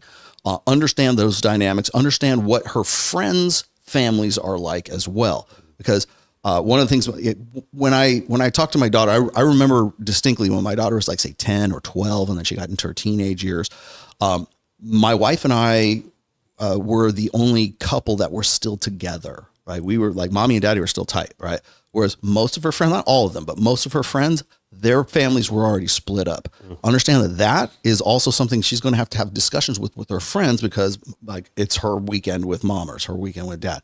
So understanding the nature of what's going to be filtered into her head through pop culture, whether it's music, whether it's movies, whether it's, like this wokesy narrative that goes on, understanding the nature of what you're up against. And really in Positive Masculinity, my third book, I literally say, understand what your children are up against and what you are up against.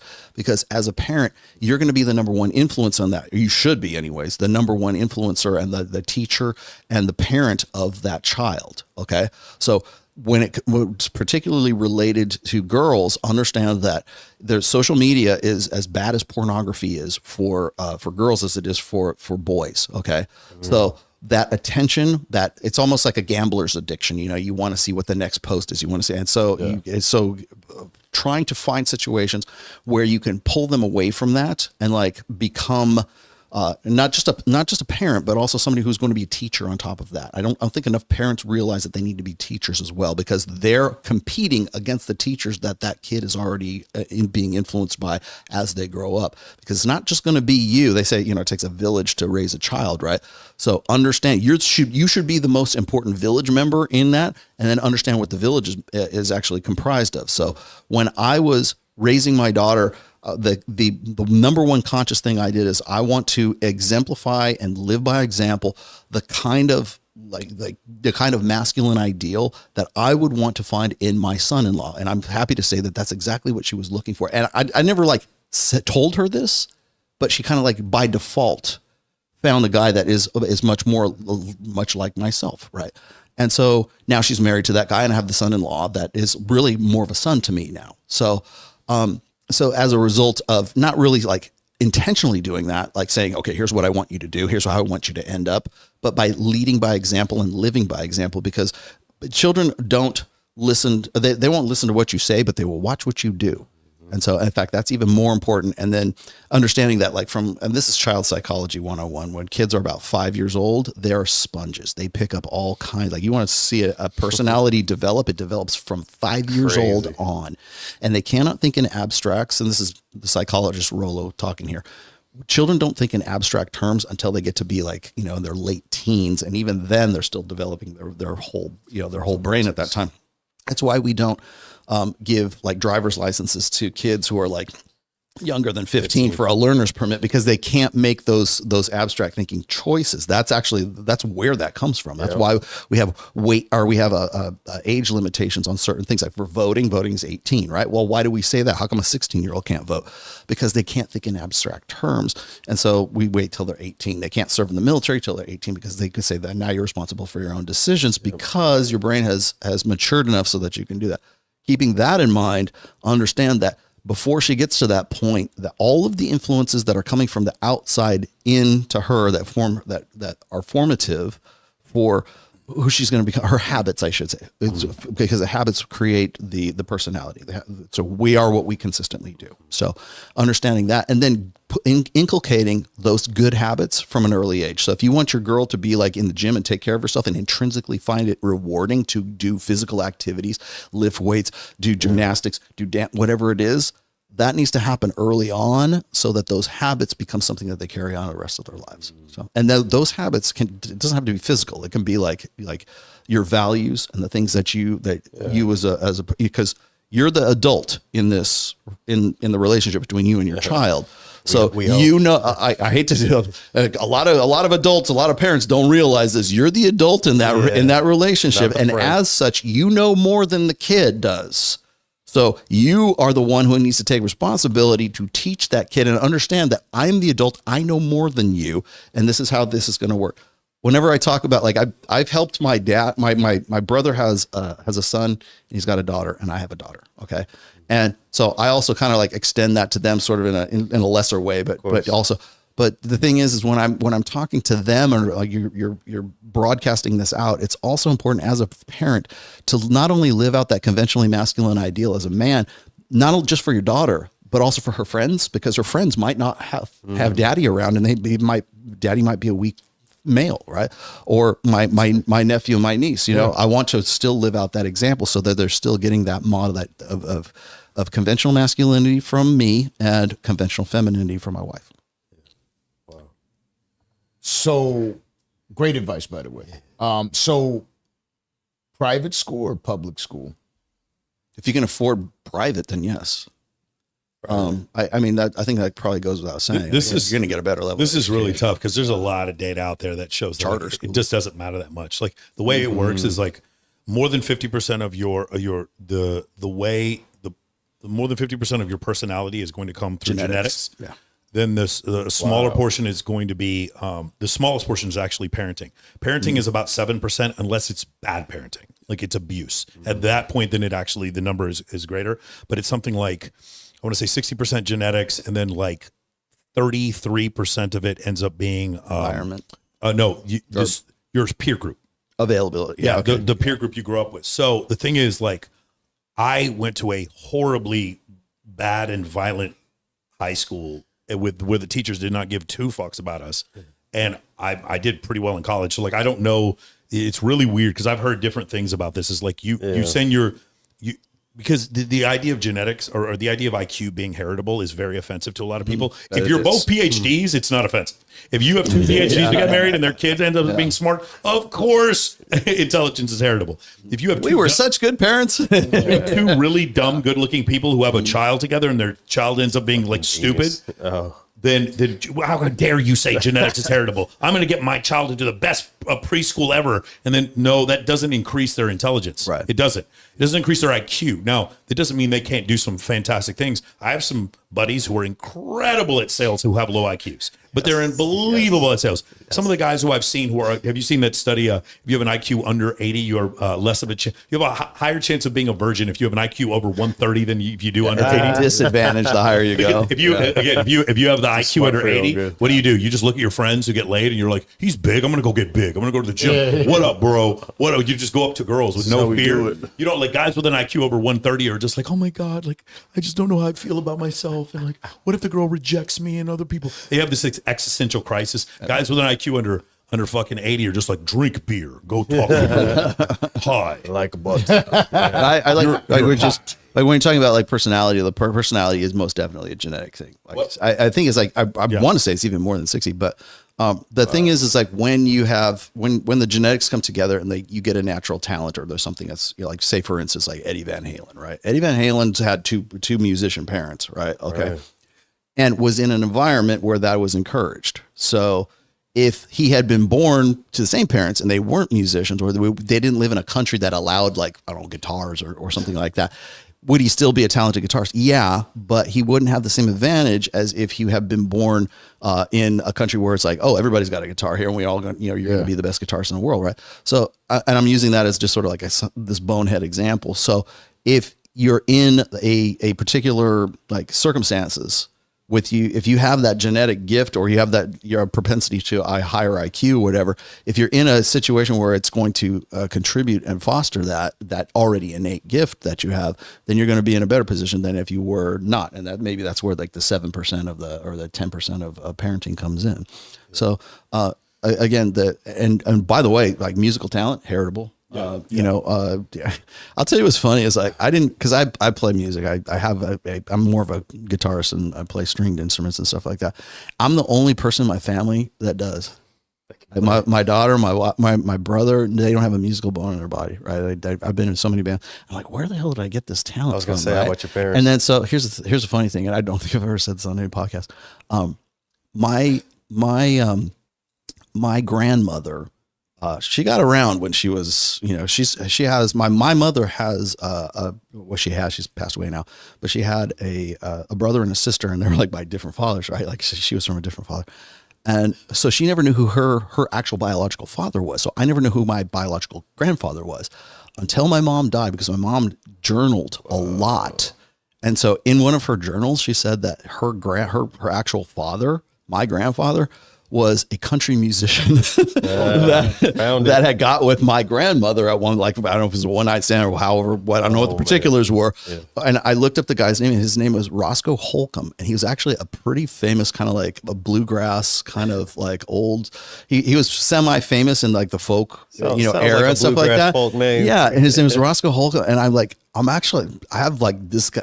So that must be where I got the talent from. And so I didn't know that until my mom passed away. Wow. I'm surprised to hear that genetics is such a high percentage. Well, because it's not fair. If what we're saying is true, think about how it kills social constructionism. Think about how ugly society is if we start realizing that genetics is. There was a guy back in 1939 in Germany who had this idea about people who had genetics going away. What was his name? Yeah, that's the point. Like that's why we don't go in that direction. And again, everyone has value and self-worth, and we were all given these inalienable rights by our Creator to life, liberty, and pursuit of happiness. I agree with that. But the idea is we're different. And I know some people who aren't as smart as me who have incredible talents that I don't have. And we have different ways of expressing our gifts that we're given through genetics. But yes, if genetics count so much, then it becomes problematic. It's so funny when we talk about genetics being passed on when you have two tall parents who have a tall child. Makes sense. Two parents with blue eyes and their child has blue eyes. Absolutely makes sense. There's no issue whatsoever. And then when we look at the NBA and we're like, hey, it seems like seems to be one genetic pool that seems to be dominating the sport.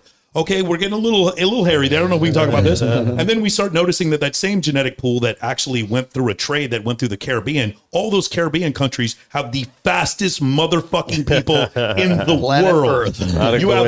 You have China and Russia who cannot compete with Trinidad and Tobago in track. Yeah. There's something going on there. It must be the diet and training. Yeah. It must be women in Jamaica just must be born fast. That must be what it's genetics. There's your clip. It is genetics. And so when you realize that, now, okay, it's undeniable, but it's still a little bit more offensive. And then when you get into the idea of inheritable IQ now, it's off the charts, races. I can't believe you said this. It's sexist. It's whatever. Who is this? Who is this? It's coming from a white guy. Yes. So who is this white guy? For sure. Yeah. It becomes very hairy, and it's not fair. I'm not going to sit there and tell you that it's fair, but it is like when you realize like the things that you get from genetics. But if you're a guy who's born short and you have trouble with women, it's true. Again, it's the clash between empiricism and emotionalism. What we feel like it ought to be versus what it actually is. Yeah. Man. Fuck, man. I was interesting. Like the data that the two of you bring, right? You're every time you start, statistics show. You know what I mean?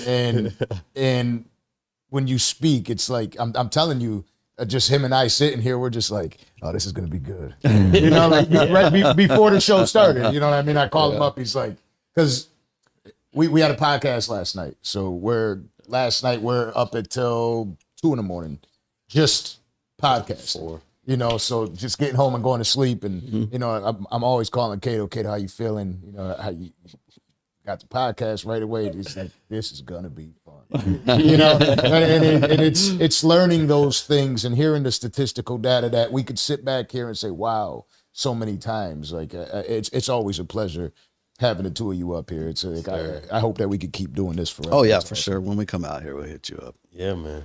I told him, I said, if we're going to go to Valuetainment, we got to swing back through Plantation because we got to get over here. I appreciate that. Now you were earlier, you know, big thing going on right now is Kendrick versus Drake. And you and I touched on that a little bit, right? Right. Kendrick's okay. It just bothers me so much that Future and Drake are not friends with each other because of a fucking girl. It just makes me so sad for humanity. Like, you want to talk about men and women men are not sensitive enough? Are you kidding me? Like, do you guys understand the order of magnitude more vagina Drake gets than all of us in this room combined? And he's tripping over a woman. And I promise you, she's mid. I don't even know what she looks like. I'm sure she's like okay looking, but I saw his baby's mama and she's like, I guarantee you, she's not in his top 100. And I'm just like, dude, why would you, if I know and he knows, and our friends, like, there's one thing, like, I do respect with Andrew Tate and Justin Waller and Tristan Tate, is like, if a girl talks to one of the three of them, then the other two just absolutely don't even speak to her. Like, they just like, because there's too many women out there to even worry about it. Just like, there's just no, I almost think it's a setup. How Future and Drake would trip over a woman. That is beyond real to me. Like, I just can't understand. You don't think it's about something else, though? You don't? It probably could be, but I keep hearing, if a woman has anything to do with it, I mean, can you think about anything more replaceable than a woman to Drake? Like, that's crazy to me. It's just, I can't even imagine. That's the suspicious part, because Future is notorious for not being emotional over women. Yes. You know, there's endless amount of memes of him just not, being cold about but if it. one of the two of them, like, what I'm saying is, like, I was talking to this Russian model last night. It's really pretty, and we were having a conversation, and she said something to the effect of, like, I would date these guys who were like super rich, incredibly good looking, and they were the most jealous men that I'd ever gone out with. And I was like, I kind of realized, like, I wonder why that is. And then I started thinking, it was like, yeah, you were born rich and you're really good looking. You didn't have to work on game.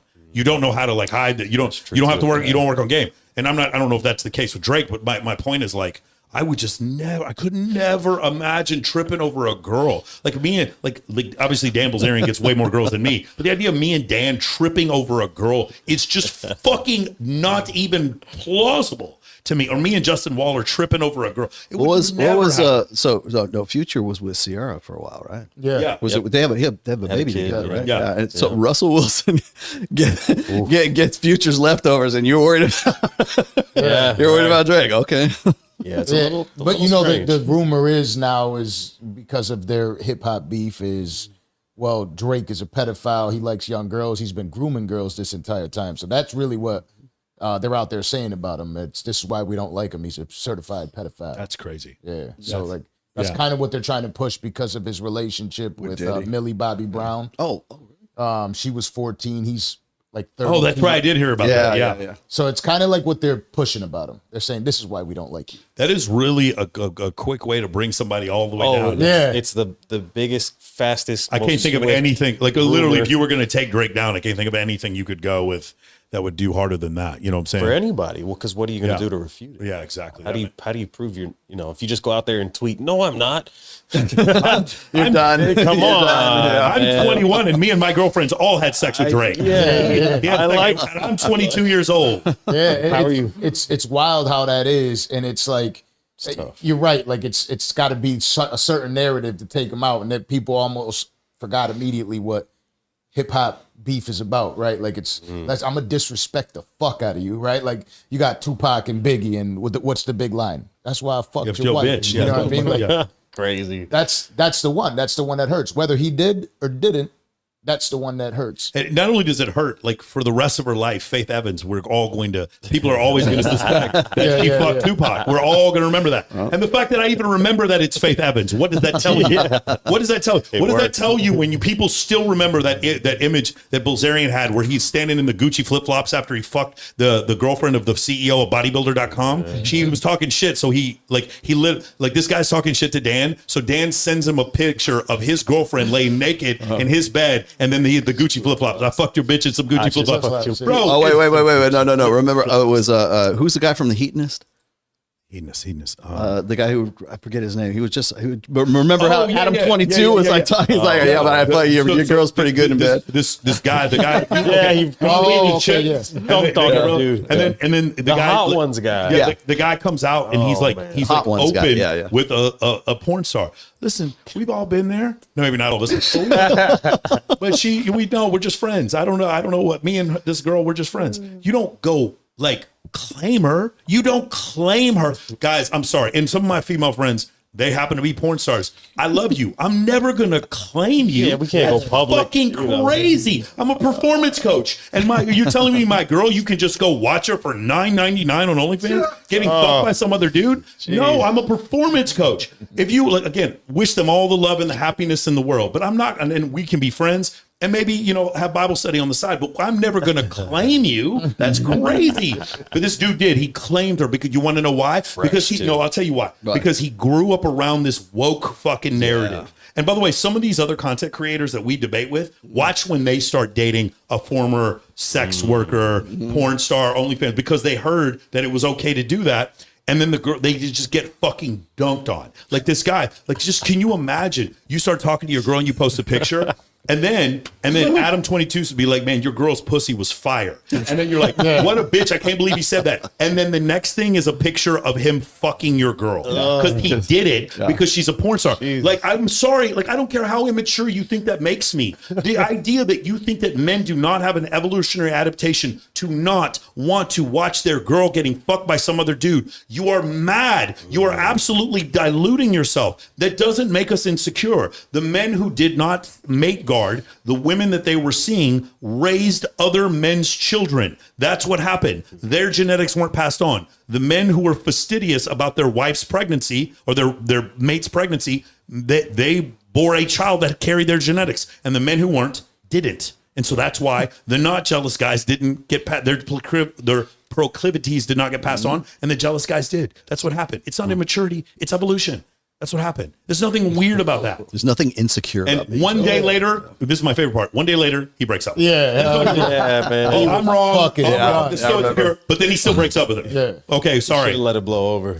Just let it blow over. No, he fucking, yeah. Should have let it go. Fuck that again, like, listen, all you ladies here for ex-biz, I love you, whatever. But we're not going to claim you. We'll see you at Babes in Toyland. We're not going to see you at Babes in Toyland. Thank you for coming to my event. We're not going to claim you. I love you, but we're not. That's crazy, man. I feel like a lot of those girls have grown pretty realistic about those types. And that's why I love them. Bro, if you have a 900 body count, please come on my show. I would love to have you, but I don't want to date you. Like, that's crazy. Like, there's nothing wrong. And what I love is when I have those girls on, I'm like, do you understand? I have my friend Savannah Storm come on the show. You remember this? And she goes, hey, tomorrow I'm doing my first scene with two guys at the same time. Here we go. I've known this girl for 10 years. When I first met her, she was just a chill chick. She wasn't like a porn star. She didn't. By the way, you guys know Nicolette Shea, like huge porn star. Nicolette and I have been friends. I know we've been friends for a decade. And when I met her, she was just a normal chick. Well, normal in that she was in Playboy, but she was just like a normal chick. And then one day, in 2017, she's just like on the cover of Brazzers. And I'm like, okay, that's fine. But like, the thing is, if I were to talk to Nicolette, which I just texted her today, I was like, you do understand you'd be difficult to date.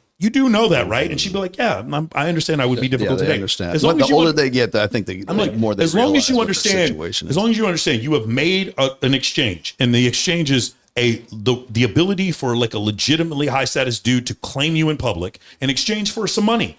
You did that and some clout and some attention. You made that exchange. As long as you are aware of the exchange that you made, I'm totally fine with it. When you start becoming Mia Khalifa or Lana Rhoades and you start telling me it's unfair that every guy that you go out with just still sees the porn of you. There's a lot of girls that do porn. Shit. They'll tell me this. They'll be like, oh, well, I'll date a guy. And then I'll come to, it was Alexis Fox. She's the one who said this. She was like, I'll date a guy, and then I come to the realization he's not actually dating me. He's dating the porn star, the porn star he was jerking off to before, and then she's like really frustrated, and I'm like, as long as you're realistic about it, I don't really mind. But like, don't delude yourself into believing that that's not cool. And then the other one was it's Riley Reid. Riley Reid did an interview. I think she did one recently where she was talking about, I had to stop doing guy girl porn because when I would come home from doing a scene, my boyfriend wouldn't even want to kiss me. And I'm like, do you think that's unreasonable? Like, I'm trying to understand, like, is that weird to you that I wouldn't want to kiss you either? Wrong. What a bad man. If we were just hooking up and you weren't my girl, I wouldn't want to kiss you either. Like, right after you got back from a scene, like, that doesn't make me weird, dude. I'm sorry. I don't care. And like what I'm saying right now, most people who are watching this agree with me. I'm sure. I'm no doubt.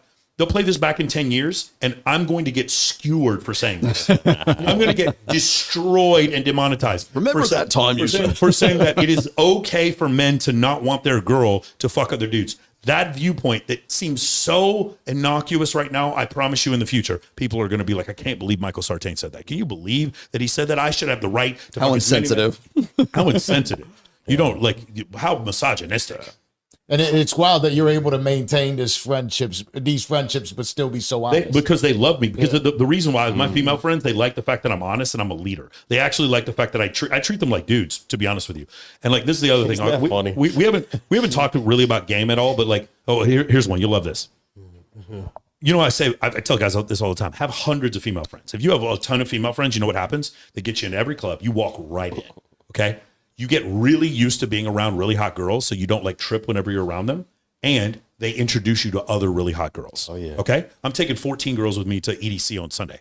So you do those things, you get really good with women. So I advise single. Now you know why it's called access. Yeah, access.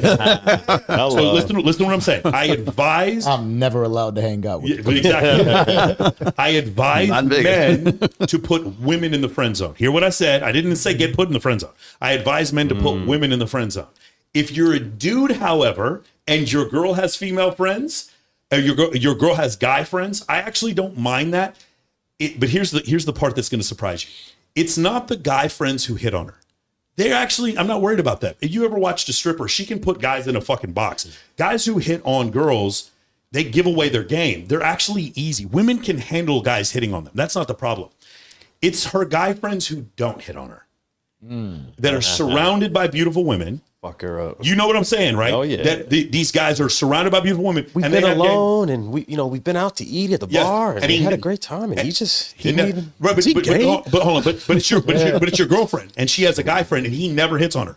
But whenever they hang out, other women are coming up and talking to him. Other women are coming up and like flirting with him. Other women are asking her, is he single? Asking about him. And her hypergamy, remember, it's an algorithm. It's based on evolution. It's asking the crazy questions like, why isn't he hitting on me? Well, you have a boyfriend. That's part of the reason why. But she starts getting outrageously attracted. So while I did say single men, you should have a ton of female friends. Guys, if you have a girlfriend and she has a bunch of guy friends, it's the ones who don't hit on her that you should actually be worried about. They're the ones you should be, because those guys have game. Be careful, because they have abundance. If this guy actually can be friends with your girlfriend and not hit on her, there's other women. No, that means he's got so much abundance with women. That's why he ain't worried about it. That's because he's got game, bro. And the problem is him not hitting on your girl is actually confusing her hypergamy to where she's like, wait, what's going on? And I've said this before, and I'll keep saying it because this is so confusing for guys. 85%, when I'm single, 85% of the women I sleep with are women I'm just friends with. I'm just and you'll never know who they are because I'm the guy who doesn't count. And the next day I see them, I'm like fist bump, and I'll bump into them, and then they'll be like, oh, this is the guy I'm dating. I'm like, dude. So can men and women be friends? Yes, absolutely. If you're fucking them. I'm not going to deny that, but it's just you know what it is? You know what's happening right now? You ever see the comedy show where they're like, if your man does this, that means he's thinking about pussy. You know what I mean? And then and then like, if your man just clapped right now, and then all of a sudden it's like, well, that drive home is going to be awkward. Yeah. The people that are listening to what you just said right now, they're like, all the guys, like, especially, there's different bases of fans that we all have. All the guys that watch us right now are sitting there like, but what about? Maybe I should turn this off. What? I was talking shit about him, but why? He's really not a nice guy. You know what I mean? Now all of a sudden, the nice guy that hasn't said anything, that never disrespected your girl, now you got to start questioning him a little bit. You know what I mean? Michael Sartain made you question this guy. By the way, he may have no interest in your girl. That's not what I said. Yeah. What I said is her brain is going to be confused why he never hit on her. It's one of the weirdest things that's happened. Baby, get home. Remember, I host these bikini competitions, and I've just seen it over and over again where I am completely plutonic with every girl. I give them fist bumps, and I talk to them like I'm Ray Lewis. We're going to go make some fucking money. Like, I'll yell at them. And the level of attraction I get from women, and I'm not even trying, is crazy because they're competing for my attention, and they're so confused how they're standing there in a bikini with their boobies out, and I'm not even looking. I haven't looked at their boobs one time. They're so confused. They're like, how is he able to do this? Now, from my standpoint, I was like, dude, I've done 100 of these bikini competitions. I've seen tons of women. I live in Las Vegas. It's cool. What up, homie? I don't really care. And their brains can't handle it. It's one of the weirdest things because as men get their validation through sex, or rather compliance, which leads to sex, women get their validation from attention, which leads to resources. And if you give a woman sex as a man, you're not giving up anything. We enjoy giving sex. It's not a thing. It doesn't cost us anything. We don't lose status from giving sex. So if a woman gives you attention, she doesn't cost her anything. So she'll give you attention. If you don't believe me, go to a strip club. Women will give you attention with no intention of having sex with you. It happens all the time. But if a woman gives away sex for nothing, just imagine if you had a daughter and you had two options. Your daughter's going to wait till marriage, find a guy who is willing to literally give his life for her and raise a child, or she's just going to go to some frat party and fuck a bunch of dudes. Which would you rather want as a father? You would want her father, as a father, you would want your daughter to give away her sex for something, in exchange for something. So if a woman gives away a bunch of sex for nothing, her value can drop in the eyes of society. But this is what men don't grasp. When you give away attention for nothing, your value drops. Yeah, you ever want to see the guy she's not fucking? Look at the heart eye emojis in her comments. That is the guy there's a 100% correlation. She is not fucking that guy, which is why I said before, don't worry. If your girl goes to the gym, don't use emojis. If your girl goes to the gym and a bunch of dudes hit on her, you shouldn't worry about hardly any of those dudes. Those dudes are really not your problem. Because she's getting attention from them for nothing. She's getting attention, and she's getting a total and complete validation and doing nothing for it just because she's attractive. And not only is she doing that, she's recognizing this guy's giving me attention for my physical attractiveness, which means he's lower status. Those aren't the ones you need to worry about. It's when your girl has guy friends who never hit on her. Those guys get so much vagina that they're just like, I didn't even notice your girl. And he will betray you. I was going to say, it reminds me of what Tristan Tate said one time, is when he was asking him, like, what is simping, right? Simping is an unequal exchange of value. Yes. And that's exactly what it is. If you're giving your attention away and you're not getting, there's no reciprocation of that, that is an unequal exchange of value. Yes. Yeah, absolutely. Absolutely. That's game right there. Yeah, be careful. I'm going to get Drake leaves emojis. He's done. Future does not. Future does not leave emojis. That's why they're not no emojis. Yep, now we got Russell Wilson uses emojis. It's true, and this is kind of the way everything is now. It goes back to the way I picked up my girl. I've seen her at a gym, she's working out, killing it. Guys are giving her attention all over the place. I just hand her a business card. I'm like, I don't want to have no fucking conversation with you. What business did you have? What are you I was doing gym apparel. Oh, okay. And I was like, I don't want to have any conversation with you based on how many people just beg for your attention. I think that if you would like some gym apparel, here's my card. No, I think that you could help me sell this apparel. Separate. You know what I mean? And that was it. And I just walked off. And that shit for her was like, he's not going to say anything. You know what I mean? He's not going to compliment me. He's not going to do anything. And it was just like, our conversation started through fucking email. Yeah. And then it was just like that's how it grew. But there's the other guys in there that they're pissed at me. You know what I mean? Just consider this. Consider the total interactions worldwide by men and women around, let's just say from the age of 20 to 40, going to gyms, meeting in bars, whatever, and the amount of interactions where the men shows intent or hits on the girl and the percentage of chance that guy actually has sexual intercourse with that woman. I mean, we're talking a fraction of 1,000th of 1%. But we're talking the whole world, men hitting on women, whistling at them while they're walking by construction sites. Count every single one of those interactions. And the number of those men having sex with those women, it's less than probably 1,000,000th of 1%.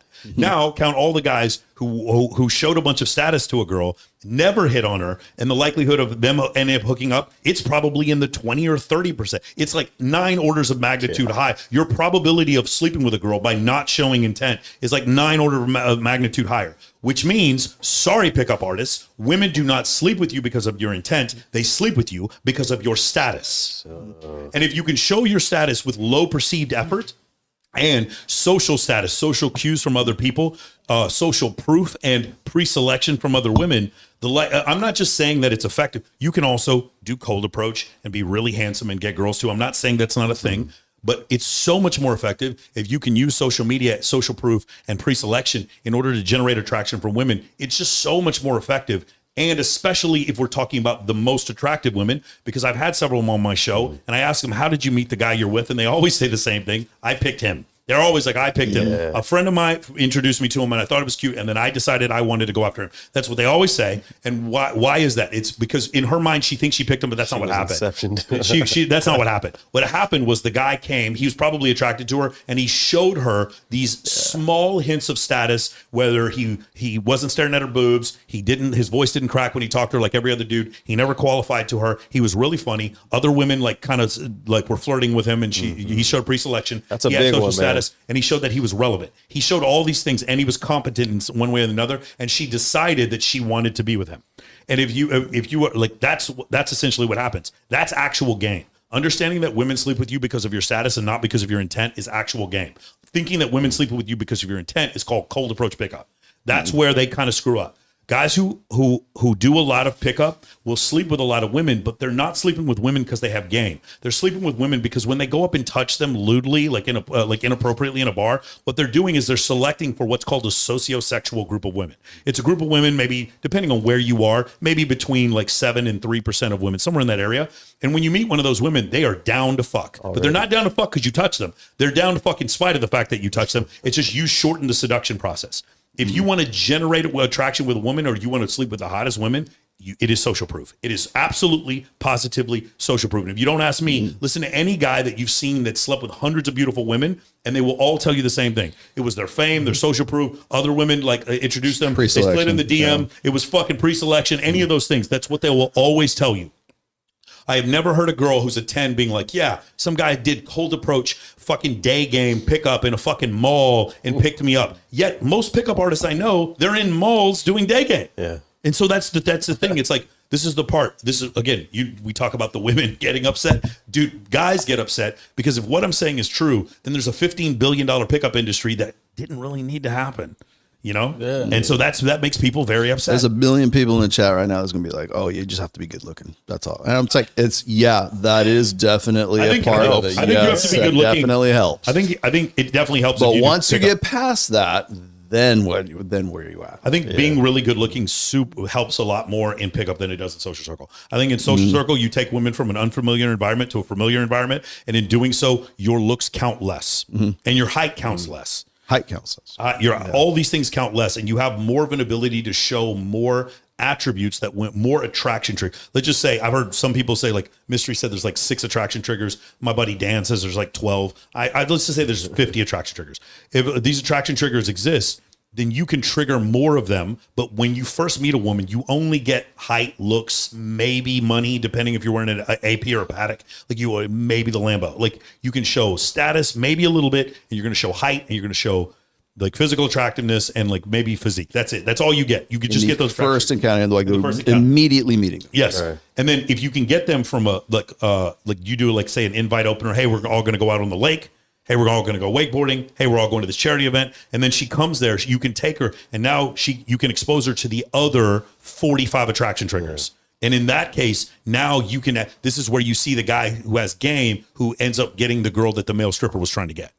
That's how you overcome that. That's how game actually works. But a lot of guys don't understand that. But I didn't learn that from studying pickup artists. I learned that from studying guys who were good with women. And that's how you figure that stuff out. And that's what a lot of people, that's why he and I ended up working together, because he was writing a theoretical brief on like how these things work in practice from a socioeconomic level. And I was like, bro, I just threw a bikini competition with 200 girls. Let me tell you how I did. Let me show you. Let me show you what I did here. Fire. Now, I'm interested in hearing your thoughts on dating sites. Right. So there's 2 single people and they get on dating sites, and let's not even go to like Tinder, Bumble, anything like that. Let's go to the real, actual, legitimate dating sites. Something like eHarmony. And, You're talking about like Match.com or something? Yeah. Do you think that those things work? Okay, so here's the problem. Like you guys remember Ashley Madison? It was 98% men. Oh, Tinder, Bumble, and Hinge, I believe it's 6 men for every woman or 4 men for every woman. It was funny, in India it's 11 men for every I would like woman. to see, like, I know that probably these stats exist, but I would like to see a comparison of like successful matches between, like, say, Match.com, Tinder, Bumble, whatever, and then go to like seeking arrangements, and then go to like Ashley Madison, I guess, too, because they're still trying to make connections there, right? I mean, it's a little bit different, but like I want to see what the success rate is for each one of those, particular to the dynamics of that particular app or that dating site. And then also you can also throw in there like executive introductions, where it's like, they're trying to match like hot chicks with like very rich men, that kind of stuff. I would love to see what the actual like match rate is amongst all of those, because what that would do is it would reveal like what the strengths and the weaknesses are of each one of those platforms. Yeah. So it's really interesting. What was the original question again? What were we talking about? The dating sites. Dating sites. Yeah. So here's the issue. for a woman to be interested in children and marriage on the first date actually makes sense. A lot of times like women would be wanting to do that. And if a woman told me that she was interested in that, she wouldn't become like less hot to me. I might become a little scared, but she's not going to be less physically attractive to me. Change the route a little bit. If a man on the first date is talking about, hey, what do you want to do? We just sit down. It's like, well, you know what? I want kids. If you're a woman, here's the problem. If he's really attractive and you're really looking for kids, that might be a little bit of a bonus. But if you were thinking about maybe just hooking up with him, that's off the table. You're like, whoa. There's no there's like short-term like hot sex, and then there's like long-term like provider husband. This thing is off the table. You just told her you wanted kids on the fucking first date. You gave up the game. So the problem is this. I think when women go into a relationship like they're looking for, like, I know I want kids and I don't want to get married, I think that's fine. When men do it, though, I think it's problematic. When you go into it, it's like, well, I'm 33, need to have a son before I'm 34. Yeah. You go into it with this massive disadvantage where you're looking to get married. I think men need to look to become as attractive as possible, which is why I would recommend Instagram over any other dating app. Because the most attractive women I know, they all meet dudes off Instagram, and none of them are on Tinder, Bumble, and Hinge. No, well, they are, but they're trying to get you to get on their OnlyFans. They're not like really smart. And so, like, that's the reason why I would say that. Like, I would say as a man, what I would prefer is that you have 50 women be attracted to you. And of those 50 women, you get to choose the one you're like, man, I can't live without this one. This one is the best. And she's has genuine desire for you, rather than going on eHarmony where you have both decided, okay, I'm giving up. It's time for a relationship. Anything you can get me, eHarmony. You got it? Okay, time to have a baby with her. Let's just go ahead and do this. As a man, you lose all the power if you do that. I think a man, you literally should just be like, I'm dating her. She's hot. I'm dating her. Okay, I like her. Forget all the rest of them. This woman is better than the rest of them. Rather than, trying to use a dating website to do that. That's just my opinion. I think men need options. Honestly, I think like the dating websites have been dead for a long time, but tragically so, because like if you go and you look at like say Match.com, or if you look at like some of the older sites that came up around the mid 2000s, it was way more involved. Like you had to go and write your profile and what I want. I like long walks on the beaches, and I'm a Virgo, and I like, here's my religion. I like dogs. I want to have kids in the future. I don't smoke, and all this stuff. And you had to really like talk about yourself and then talk about what you wanted. Right. So it was like this, you're writing a freaking book. Right. And then we've gradually gone from like writing that profile to hot, not hot. Yep. No.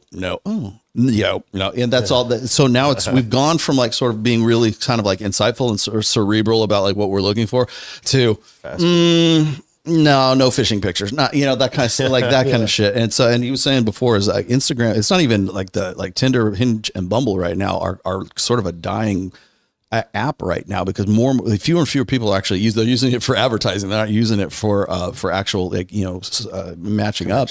So Instagram is actually is the number one dating app online right now. It's because it's like when you meet somebody at a club, or you meet someone at social, you meet someone at school, wherever it is. It's no longer, hey, give me your phone number and we'll go out on a date sometime. That doesn't work anymore. Now it's like, follow me on Instagram, right? Yeah, because what happens is then she goes and she checks out your pictures and says, is this guy cool enough for me to want to hang out with him? And it's not just her. It's all her friends. It's her mom. It's her sister. It's all the girls at work. They got to go, do you think this guy's cute? Look here, he's got a dog. That kind of, under his arm. Exactly. So you're not just dating her, you're not just looking for approval of her. They're like, she's getting influence from her girlfriends as well, or whoever else that happens to be maybe who's following her. But that's like when Corey Chaloff says, your Instagram, you have to like curate that gallery of you, and not too many pictures, not too few pictures. Here's the kind of thing that you have to look for. Here's what shows like, you're a high pop value, high status guy. There's a science to this shit, like to curating your picture gallery and your Instagram, because that's sort of like your resume, not only for your business, but also for like if a chick wants to fuck you. And I'm guessing it would be the same, right? The man on social media with the girl is probably more sought after than the guy that's just posting a bunch of pictures. Oh yeah. I mean, if you go and you look at just statistically, if you look at guys, Instagram, profiles, they're going to have unless they're a celebrity or unless there's somebody that's like really like, sort of has that really super high status, they're not going to, like the vast majority of guys are not going to have the same, like nearly the same amount of followers as a hot girl is going to have. Even if like nobody knows her, she could be at like, 2,000, 3,000 followers and the guy's at like 400. Yeah. So there's always going to be that imbalance just because of the sex differences there. Yeah. But I'm saying like the guy posts a picture with his girlfriend Okay. So yeah. Okay. So that's that. You're talking about the soft launch effect, right? Yeah. It's like women. No, he means his girlfriend, not soft launch. Soft launch, you don't even. Well, no, I know what you mean. Like if he shows a picture of like he has a girlfriend, or she shows a picture that she's got a boyfriend, right? Yeah, no. If the guy posts a picture, so me. Because this is something I talk to my girl about all the time. So you don't post enough pictures of me. I'm like, look, I promise you that if I do, the only thing that would actually end up happening is I would exactly what happened hit on a lot more. Yeah, exactly. And that's funny because like, how come you don't show more pictures of me? And then it's like the suspicion is are you advertising? Are you trying to get to? That's why you don't want your friends to know that you're married. Like that's a whole. But we don't do the same thing for women. Like if a woman is married and she shows a picture of her boyfriend or her husband in that gallery, then suddenly her market share drops because the illusion of availability just goes away. Like next pick. I'll tell you one. We call it queen game. Queen game is like this. I had some friends of mine. They're really rich dudes, and they take pictures with their girlfriend, and their girlfriend's usually like a stunner. They take them skiing. They take them to Paris. They take them to all these places, and these girls slide in the DMs, and like they're fucking all these other girls using their girl as like adverts. It's called queen game. Like because here's like what they do. They're generating massive amounts of attraction because of the travel and all this other kind of stuff, access to scarce resources, I could use a trip and pre-selection. Yes. Mm-hmm. And then they're also creating comfort because the guy's attainable. He has a girlfriend. And so now her status is now elevated because she got that guy to cheat. You see this shit happen all the time. It's called queen. It's so fucking toxic, real though. But it's called queen game. And I just have some friends of mine that are like this. They're like, lawyers and doctors and stuff like that. Then they use the online profile of them with their girl to like attract other women. And I'll just tell you when I posted pictures with my girl, when I post them, I all of a sudden get messages from girls like, "Hey, handsome, how you doing?" And then I look at that study from TCU that shows as men post pictures with other women that are smiling, then more women find them attractive. Yeah. Also, people in groups are more attractive on social media than people who are just solo by themselves. And so here's the big one. I heard Austin Dunham say this. I've heard fucking FitX Fearley say this. I heard Alan Roger Curry say this. They basically stated there was this idea that men are afraid of the player, the player motif. They're afraid of the moniker of being calling a player, and you shouldn't be afraid of it because like the thing is, guys, when you post pictures of you with girls will complain about it. But you think that it's because your game is bad. And no, they're complaining because your game is good. That's why they're complaining. They're not complaining. Trust me, if it didn't work, just consider this. Guys, for any of you who are going through this scenario in your mind, you post a picture with you girls and a bunch of girls and some girl from you went to high school with is like, you've changed. Why are you posting pictures with these girls? You look so try hard. Just go back and notice she didn't write you anything before this. All of a sudden, a girl who wouldn't have pissed on you if you were on fire, who didn't notice you, is commenting how she doesn't like the shit that you're posting. Notice how, and when you get further in this game, something you're not. Yeah, but you paid attention to it, didn't you? You take it right back to Access Vegas, right? Like they're only leaving the negative comments on there because you're doing something good. Correct. They're That's affecting them. It is affecting you emotionally. That's all you're letting me know. And then the other part was like how many times, and this is even deeper into the game where it's like you talk to a girl who's literally complaining to you about the other girls that you talk to right before she has sex with you. And it's like, you remember what I said about their words and their actions? Like if what you're saying actually affected you that much, you wouldn't be having sex with me after you said it. No, what's happened is this. Whenever a man does something that builds attraction, he's gaining power and she's losing power. Whenever a man does something that builds comfort, she's gaining power and he's losing power. So a man gets in really good shape, makes more money, goes on bigger podcasts, gets a bigger social media following, whatever it is. These things right here, a girl be like, you're such a player. How come you don't have time for us? Why are you out there talking to that bitch? And she starts creating all these fucking problems because in those cases, these are things where you're gaining power and she's losing power. Her comfort drops. But what do women say? What's an example where a man is losing power and she's gaining power? The dad bod. Oh, so this is a comfort thing.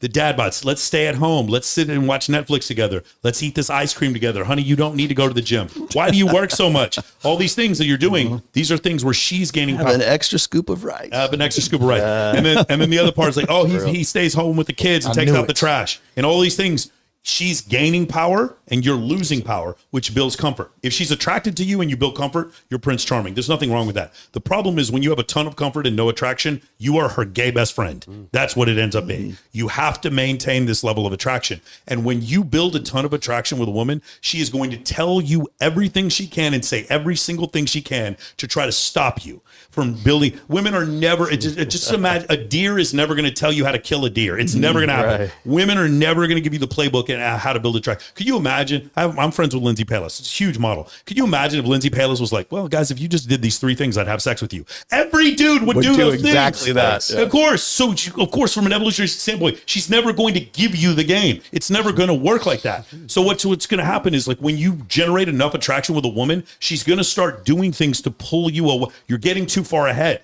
And by the way, you don't want to be too far ahead. You want to build some comfort too. If it's too much attraction and no comfort, she will eventually just leave. Like she's going to feel used. Yeah. You do need to build some comfort. The problem is when guys go with comfort first because they listen to too many. They listen to the Justin Baldini. They listen to Justin Baldini. Or they listen to The View, and they're starting off with comfort. When a woman says, "I want a man to buy me flowers," no, she doesn't. She wants a man she's attracted to buy her flowers.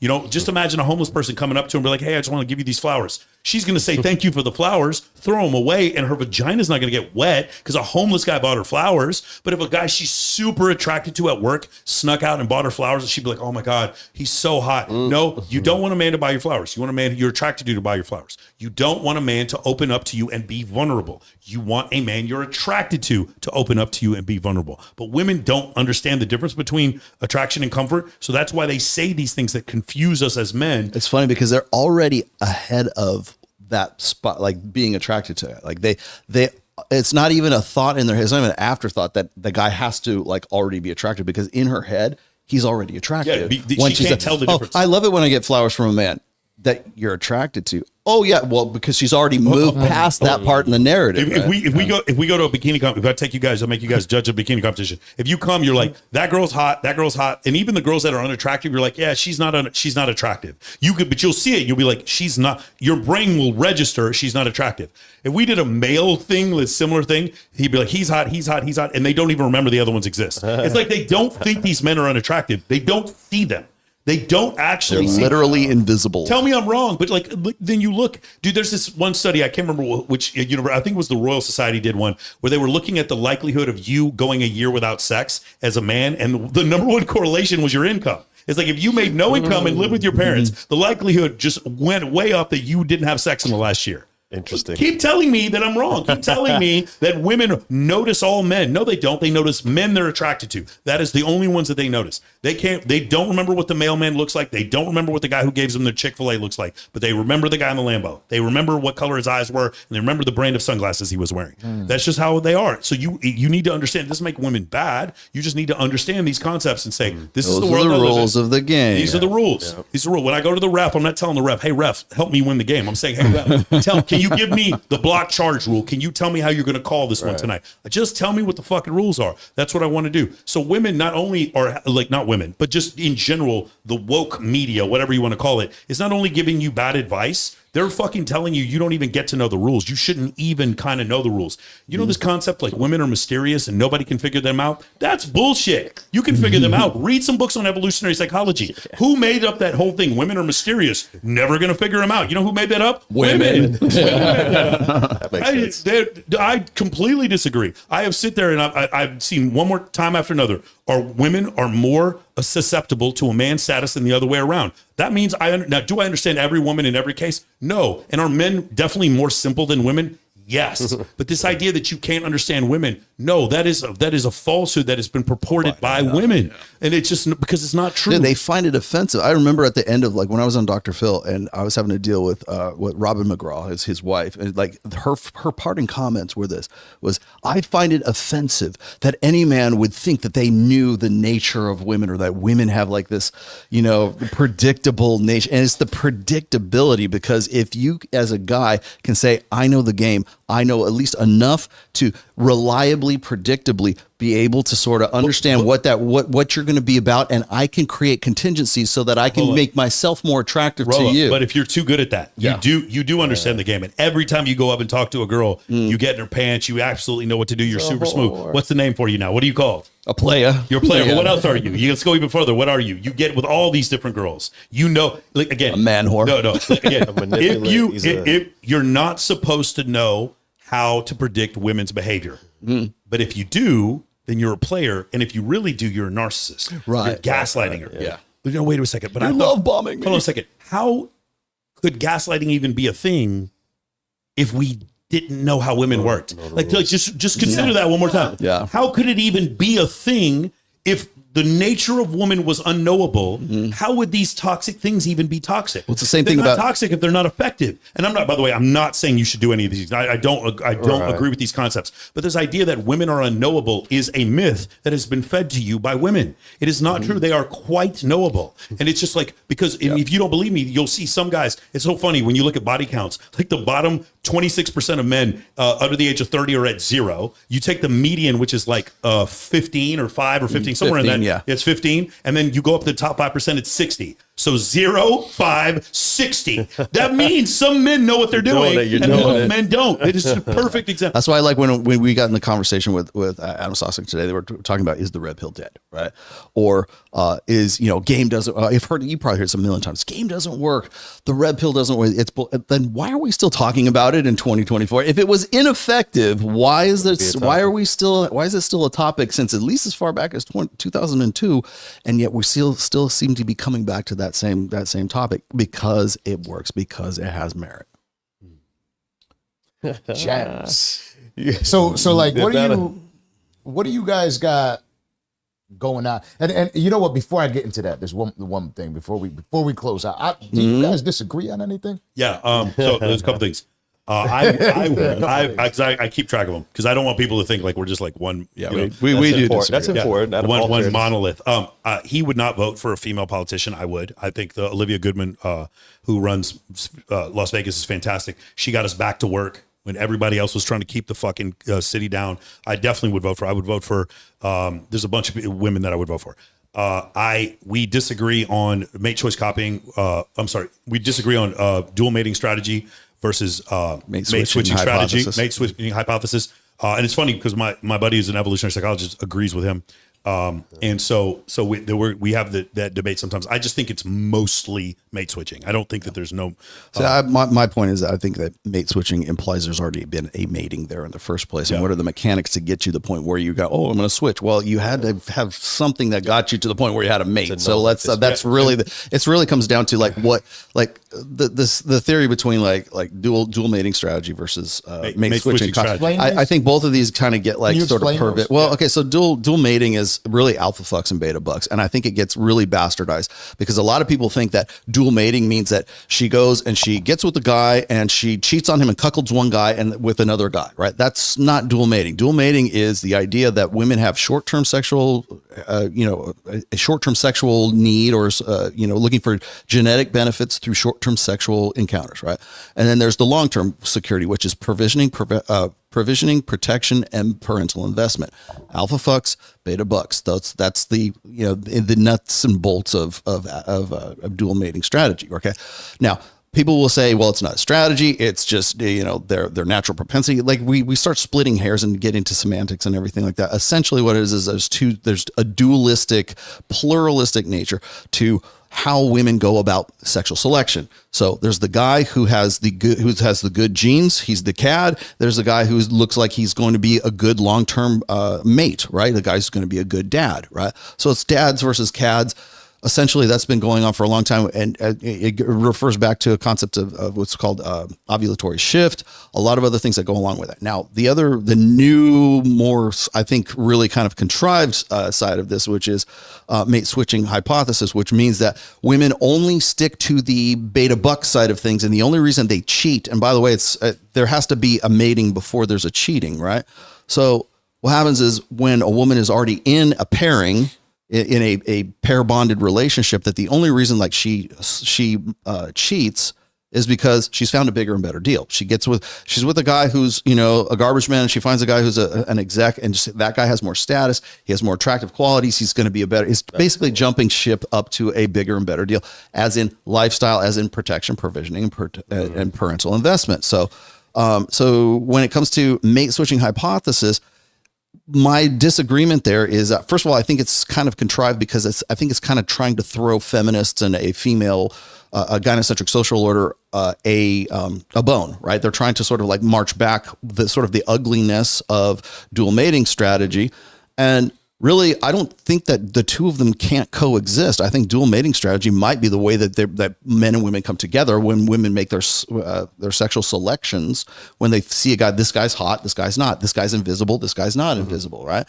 So as I was saying before, the guy has to be at least somewhat arousing. I split this up. I think there's a distinction between arousal and attraction. Okay. So arousal is this guy hot? Is he so hot I want to fuck him right now?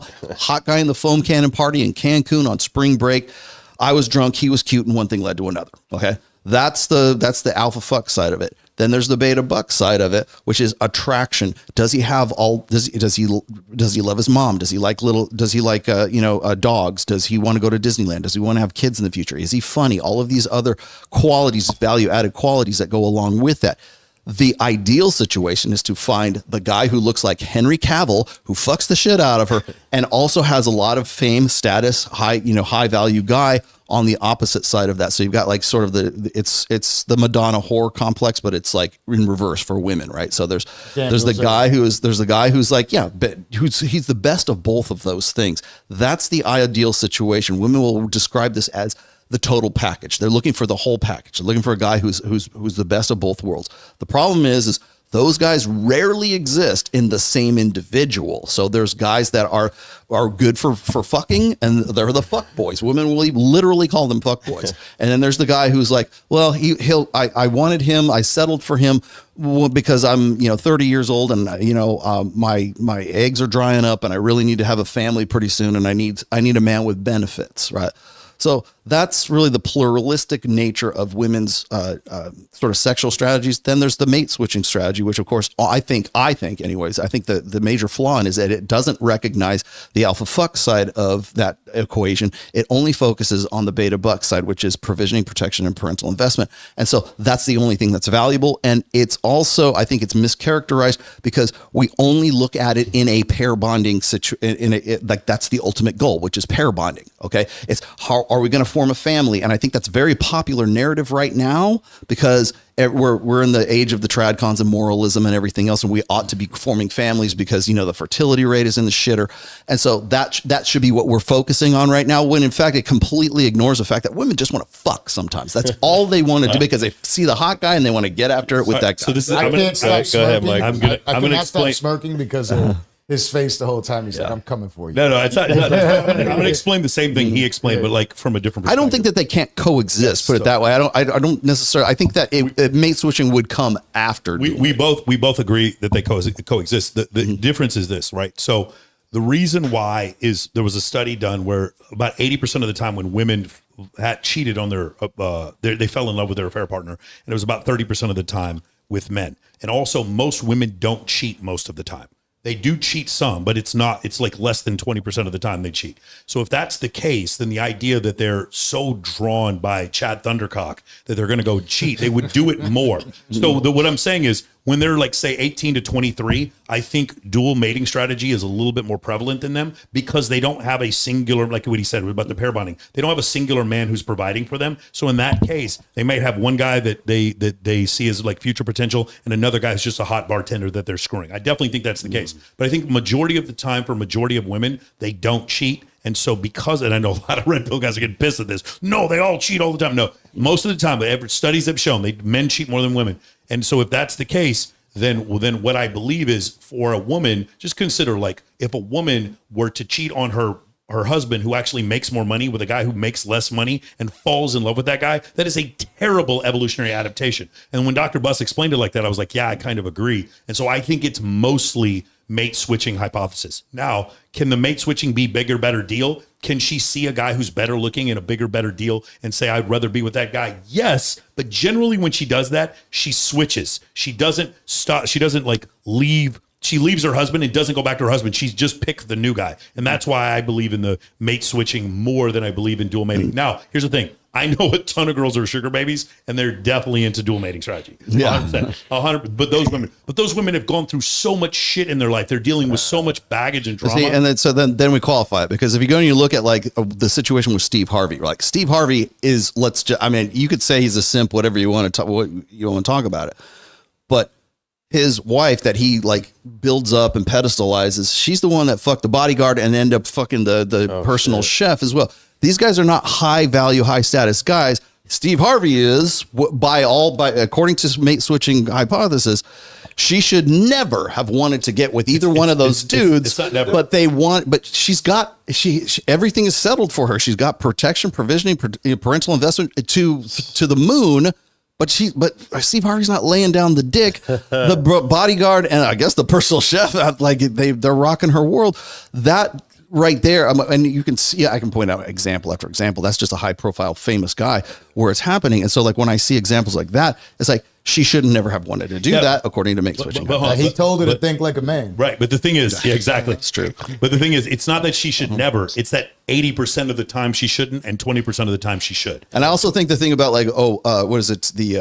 When women like have an affair, they fall in love with the teachers that are like getting with their 15-year-old students, they're falling in love with those 15-year-old students. So I don't think love should be like the litmus test of like whether or not mate switching hypothesis is valid or not. Because women fall in love with trees and chandeliers and Mary Bridges and their dogs too. So it's like, so here's the third thing is generally whenever we deal with like some kind of like controversy or whatever, I tend to attribute it more to negligence, and he tends to attribute it more to nefariousness, if that makes any sense. Like I don't like convenience. Maybe that's a better thing. It's convenience. Like for instance, like the whole thing with Adam 22 getting cucked by his girl. He thinks the whole thing was set up, and I actually do think Adam 22 felt uncomfortable at one point that it did Jason, come across as genuinely like correct. So like but he thought it was a little bit more like the whole thing was contrived. The same thing with Dylan Dennis, Dylan Dennis and Logan Paul. I straight up think Logan Paul has template right there. I think, exactly. I think Logan Paul just doesn't have any game. Picked a girl who's older than him, who had more game than he did. She basically got to the final. She got to Bowser in Super Mario Brothers. She got to the final boss. She can't go do better than Logan Paul, and so she decided to marry him. And the girl had been with like has a fucking super high body count. And Dylan Dennis absolutely caught him slipping on that one, and now he has no choice but to stay with her. I think that's what happened. And Rollo tends to think the whole thing was the whole thing was. By the way, I don't think it's nefarious. I think it's genius. Actually, is what I think. So great case. I was like, I wish I would have figured that one out first. So like the ultimate example is like Andrew Tate, who literally he talks about there being a matrix in there, but like in his matrix, they're all in like communication with each other every day, and I don't believe that. Like neither does Rollo, but like I just think they see I think they see the code in the matrix. I think they see the design. It's what I call engagement media, which is what we're doing right now. Like this hasn't existed in like human. We're still in the infancy stages of this. So if you have like I always do live streams. You guys are doing live streams now. Every time we do live streams, you're engaging with the chat. You're engaging with the live audience that can like chat in, or you look at it, or they super chat, and they feel like they can direct the course of the conversation, like the narrative of it. Well, if you take that on even OnlyFans, want to know why OnlyFans is so popular? Because the guys that follow those chicks on OnlyFans feel like if they give them enough money, they can influence that woman's life so that she'll go and do whatever they want. And in some cases, they tip them enough, they probably will, right? That's a form of engagement media. Wow. And so when you take that and you amplify it to a larger scale, as Adam 22 did, the event was my wife's getting dicked down by what's that guy's name? By black guy. Yeah. Jason Love. Yeah. Jesus. So and it's coming next week. It's going to be next Thursday. And I'm not feeling comfortable with it. Let's get Destiny on and talk about this because he's a cock. So how fucking convenient is that? And so, and then of course what happens is he starts exchanging words with Jason Love. And that now suddenly it's revealed that Adam 22 was actually the one who was filming it at the time. And I'm like, how fucking convenient. That wasn't confirmed. Did he? I was going to say, did he really? He did. And then DJ Academics comes in. He says, we're going to have a watch party. And I say, and everybody, and by the way, you had Tucker Carlson talking about this with Andrew Tate. You cannot pay. I'm not saying they planned it this way, but it became such a hype and such a buzz I totally agree with everyone jumped because they were all part of the engagement media. So now you have other channels who are engagement media talking about what you want them to talk about, which is the event of this guy's going to fuck my wife on Thursday.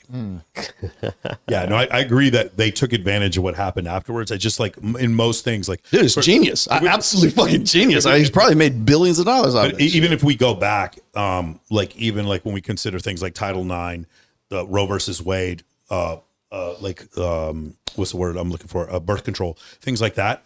I don't think it was like a worldwide cabal. Yeah, I think it was certain things like little chip away, like we want egalitarian, we want equality, and all of them combined to where now 60% of college enrollees are female. And so things just swung the pendulum to the other side. Whereas if you talk to some of the red pill creators, they think this was an organized thing. It's the Rockefellers, by the Rockefellers, and the Zionists. Let's just say that they all came together and they've just invented this whole thing to like destroy humanity. And my whole thing is like, no, just a couple things got out of check, and then next thing you know, this is where we are. I think that's what. So people want to fuck, and we said, okay, here's a pill, so you can fuck without having to have, and it changes humanity. Yeah. And everything that came after hormonal birth control, if you look at all this stuff, it's a cascade effect, is what it is. Divorces rise, marriages drop. The Roe v. Wade follows in the wake of that, and all these things that we sort of take for granted in 2024, you can trace them all the way back to one invention in 1965, and that was the pill. So.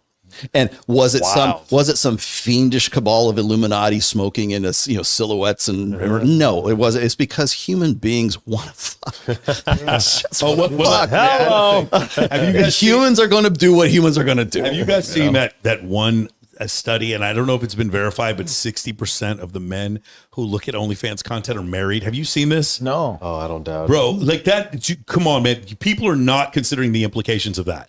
Like, again, like when we talk about about the betterment of society, if a woman wants to be on OnlyFans and make a bunch of money, I'm not here to stop her. But like, if we're talking about from a macro standpoint, the fact 60% of the people on OnlyFans are married is fucking crazy. Yeah, because they're getting something out of it. They're getting the connection out of it that they're not getting in their marriages. That's why I've answered Zuby. I don't know if you guys are familiar with Zuby. He's a rapper. He's like one of the positivity rappers. He's a good guy, right? I like Zuby quite a bit.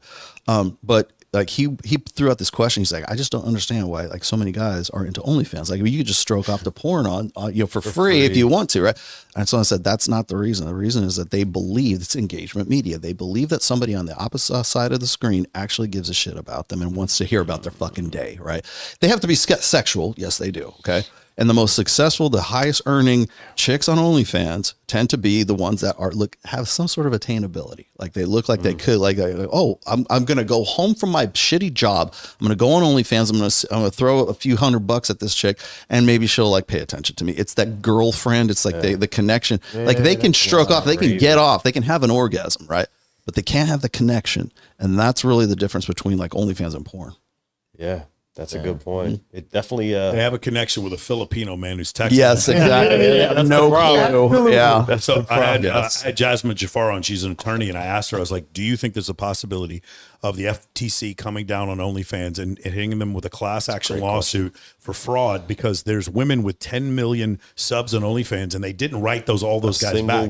If these guys are writing the girls with the intent of getting a message back from those girls and they actually got a message back from a Filipino man who's a fucking account manager, then that constitutes fraud. And if that is the case, you want to talk about one hell of a lawsuit that you're going to have against these guys. And there is no way that these women are going to possibly be able to prove. It's like, yeah, I answered all these messages. I know some girls like Kindly Meyer. She answers all of her messages. And she does so specifically for this reason. Because she doesn't want to get caught in a situation where it's like, I hired some talent agency to sit there and get all this money for me. So that's the only thing. Ladies, I would be worried about that. That would be number one. Do your taxes. And the second one, so many OnlyFans creators who are not paying their fucking taxes. Do your taxes. That's another thing that's going on. A lot of them are not paying their taxes. Imagine that 60% of men that are married. And they don't even have. They can't jump in on that lawsuit. Yeah, they can't jump in on that class action. That's a good point. I'm not saying shit. You got me, bitch. You fucking got me. Yeah, there's another thing. Like pretty much like if you're a big content creator on OnlyFans, just Reddit, they're sharing all your stuff for free. Dude. Yeah. You seen this? It's just crazy. Like I didn't know about it until Kanye West let me know about it. You guys see that video? Kanye was like, I be looking at the girls OnlyFans on Reddit. I be looking at it for free on Reddit. Of all people. You are a billionaire, bro. Just admit you trick on these women. Why can't you just admit it, bro? You're a billionaire. You landed Kim. Good job, bro. Like, what are you talking about? It's just crazy, man. So what's next for you guys? What is next for us? Well, we're just we're keep working on Access Vegas. I mean, together anyways. And he's got MOA. I'm working on a new program for guys who are like 45 to 65 years old. Just sort of like a branch off from MOA, just to sort of serve. Like I see guys of this age as part of like MOA or just like in general who are looking for, like, they're fresh out of a divorce. And they're looking to sort of get back into the sexual marketplace after, like, say, a 20-year marriage, and they're completely at a disadvantage. And it's like, I feel like these guys are just getting out of prison and they need to have a reintegration program back into like the sexual marketplace so that they can because a lot of their dating skills are so antiquated from like 20 years ago. And they think that that's how it works now. They don't know how to leverage Instagram. They don't know how to really, update their skills. So I'm working with a guy named Joe Myronn through MOA, and we're working on that right now just to sort of help these guys. Because again, like the 45 to 65-year-old demographic is the prime demographic for guys to self-delete, right? So I don't want to see these guys, get zeroed out and then end up offing themselves. They're 8 times as likely to kill themselves when they come out of a divorce. So that's number one. I'm working on 2 new books right now. One is a Maxims book, a Red Pill Maxims, because I keep hearing all this stuff of people misinterpreting things, and I want people to know where it came from. I feel like I'm the only person that can do it because I've been doing this. I've been in the manosphere, what we call the manosphere now, for 22 years. So I figured I was going to do that. Who better to do that? And I got another work. Like I said, I'm working on this one.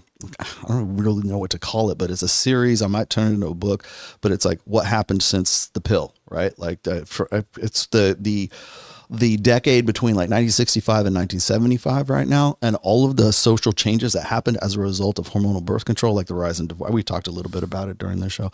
Working on that right now. I'm also working with my other partner, Miguel Munoz, for Cultivate Crypto and Dollar Cost Crypto. So doing some stuff. There's a lot of crossover between the red pill space and the crypto space, and it's even more important right now because crypto is in a bull run right now. They're making tons of money right now, and what happens is it mints new millionaires, and those guys end up getting rolled by like women. They see them as big fish all of a sudden, and they take advantage of these guys because they go from zero to hero, and they think that they lead with their wallet and everything else. So it's sort of like almost like a protection program for those guys. And then of course working with Mike doing we're going to Babes in Toyland. We're doing some charity events. We have other irons in the fire as well, but Access Vegas is our main project right now, and I like where the show's going. I think we're finally figuring out what the nature and the voice of the show is, and I like where it's going. And I think that once we get past, like, say, the election cycle, once we get past like November, I think we're going to clear the board, and I hope we're going to be in the strongest position to do what we want to do once everybody has decided that they don't know what to do with themselves anymore because they pivoted into social issues and politics and everything else. And I think we're going to probably be the last man standing, and I think that's going to be a really good place to be. Men of Action, like I said, we crossed. I believe we just crossed 1,600 members. The free group the community is 4,300. I just got to 200 video testimonials that we've done. We have 8 completely sold out live boot camps for MOA called Vegas Immersion. We do those in Las Vegas. And the course, guys, I'm gonna lie to you, like it's 114 modules long for the whole course. And I basically took the lessons over the last 25 years that I learned in networking, communication, leadership, and dating, and I put it into this one course that teaches you how to work smarter, not harder. And so basically, if you look in your life and you say, what I want you to be able to do is say, I could replace my girl, I could replace my social circle, and I could replace my job in 15 minutes. If I can't do that, I don't have enough abundance. I want you to be the guy in your group that everyone meets their boyfriend or girlfriend through. I want you to be the guy in your group everyone gets their job through, everyone finds their employees through, everyone finds their sponsors through, everyone finds their vendors through. You should be the guy. If somebody's like, if anybody's like, I need a book, you should be, what I like to say is book drop, don't name drop. You should be the one that everyone's recommending books, TV shows, movies, whatever. You should be the one, the social hub that people are going to for those kind of things. That as soon as somebody lands in your town, high status people, you're the first person they call. That's what I want to build for you. And when you do so, you be shocked because your network can get you anything and your network can get you anywhere. Tomorrow's the Aspire Tour. My man Dan Fleischman's doing it. And it's just like one huge superstar lineup after another. I learned a lot of this stuff from Dan. And I just try to teach you that, because if you guys have ever been in a situation where like the cool kids were doing something, they got invited to a party that you weren't invited to, or there's a group of guys that always had the prettiest girls with them, I teach you what they were doing that you didn't know, because nobody teaches you to get it. This world, women want you to get it, but no one's there to teach you to get it. And my job is to teach you to get it. So if you guys are skeptical, or if you want to learn more, just hit me up on Instagram and I'll give you I was going to say, my school service. I think, and just to sort of put the end to this, is I think that a lot of what we're doing right now is we're doing hands-on stuff. We're actually trying to figure out like ways, means to help improve guys' lives, whether you're 45 to 65 or whether you're learning these skills. We're actually doing shit. Okay. So if you go and you look at a lot of the guys who are quote unquote, red pill creators and stuff like that, they're just sitting there having debates. We're going to debate this. We're going to debate that. We're like, what the fuck are you actually doing? Are you actually creating programs to help guys, or are you just going on your podcast to go debate tradcons? Is that all you're going to do? Because Mike and I are like, we're much more hands-on, and we actually want to figure out like tangible ways to help guys like become better, as opposed to just talking about shit all the time or debating the next thing, or it's a red pill right, is a red pill wrong. I don't care. I want you guys to, I want to make sure that we're giving guys the information, we're educating and we're equipping guys. And the way we do that is through the programs that we're doing, through the ideas that we have. And it's not even so much a product thing. It's just this drive. Like I said before, if I can help some guy and I can make some money while I'm helping it, so be it. That's actually, that's a success to me. So, but we're doing stuff for guys instead of talking about shit. It's called Men of Action for a reason. Yes. Like seriously, it's not called Men of Dithering, Men of Blathering, Men of Debate. It's not called Men of Debates, Men of the Five Love Languages. Yes. It's not called Men of Astrology, Men of Numerology, Men of the Secrets. 4 agreements. It's called Men of the Quantum Field. It's called Men of fucking Action. Yes. If you don't take action, bro, we will skewer you. You do not want to join this program. If you're somebody who's taken 6 fucking Tony Robbins boot camps and still live in your mom's basement, you are going to get your ass kicked when you join my program. So get ready for it. Yeah, we're changing the paradigm. Well, congratulations on everything you got going. Can't wait to sit down again. This conversation. Next time we're here. Amazing. Every time you're on the list, or you're on the route. We always get an education when you guys come through. Awesome. Yeah, I appreciate it, man. Good, awesome. Go ahead, Landis. Sign us out.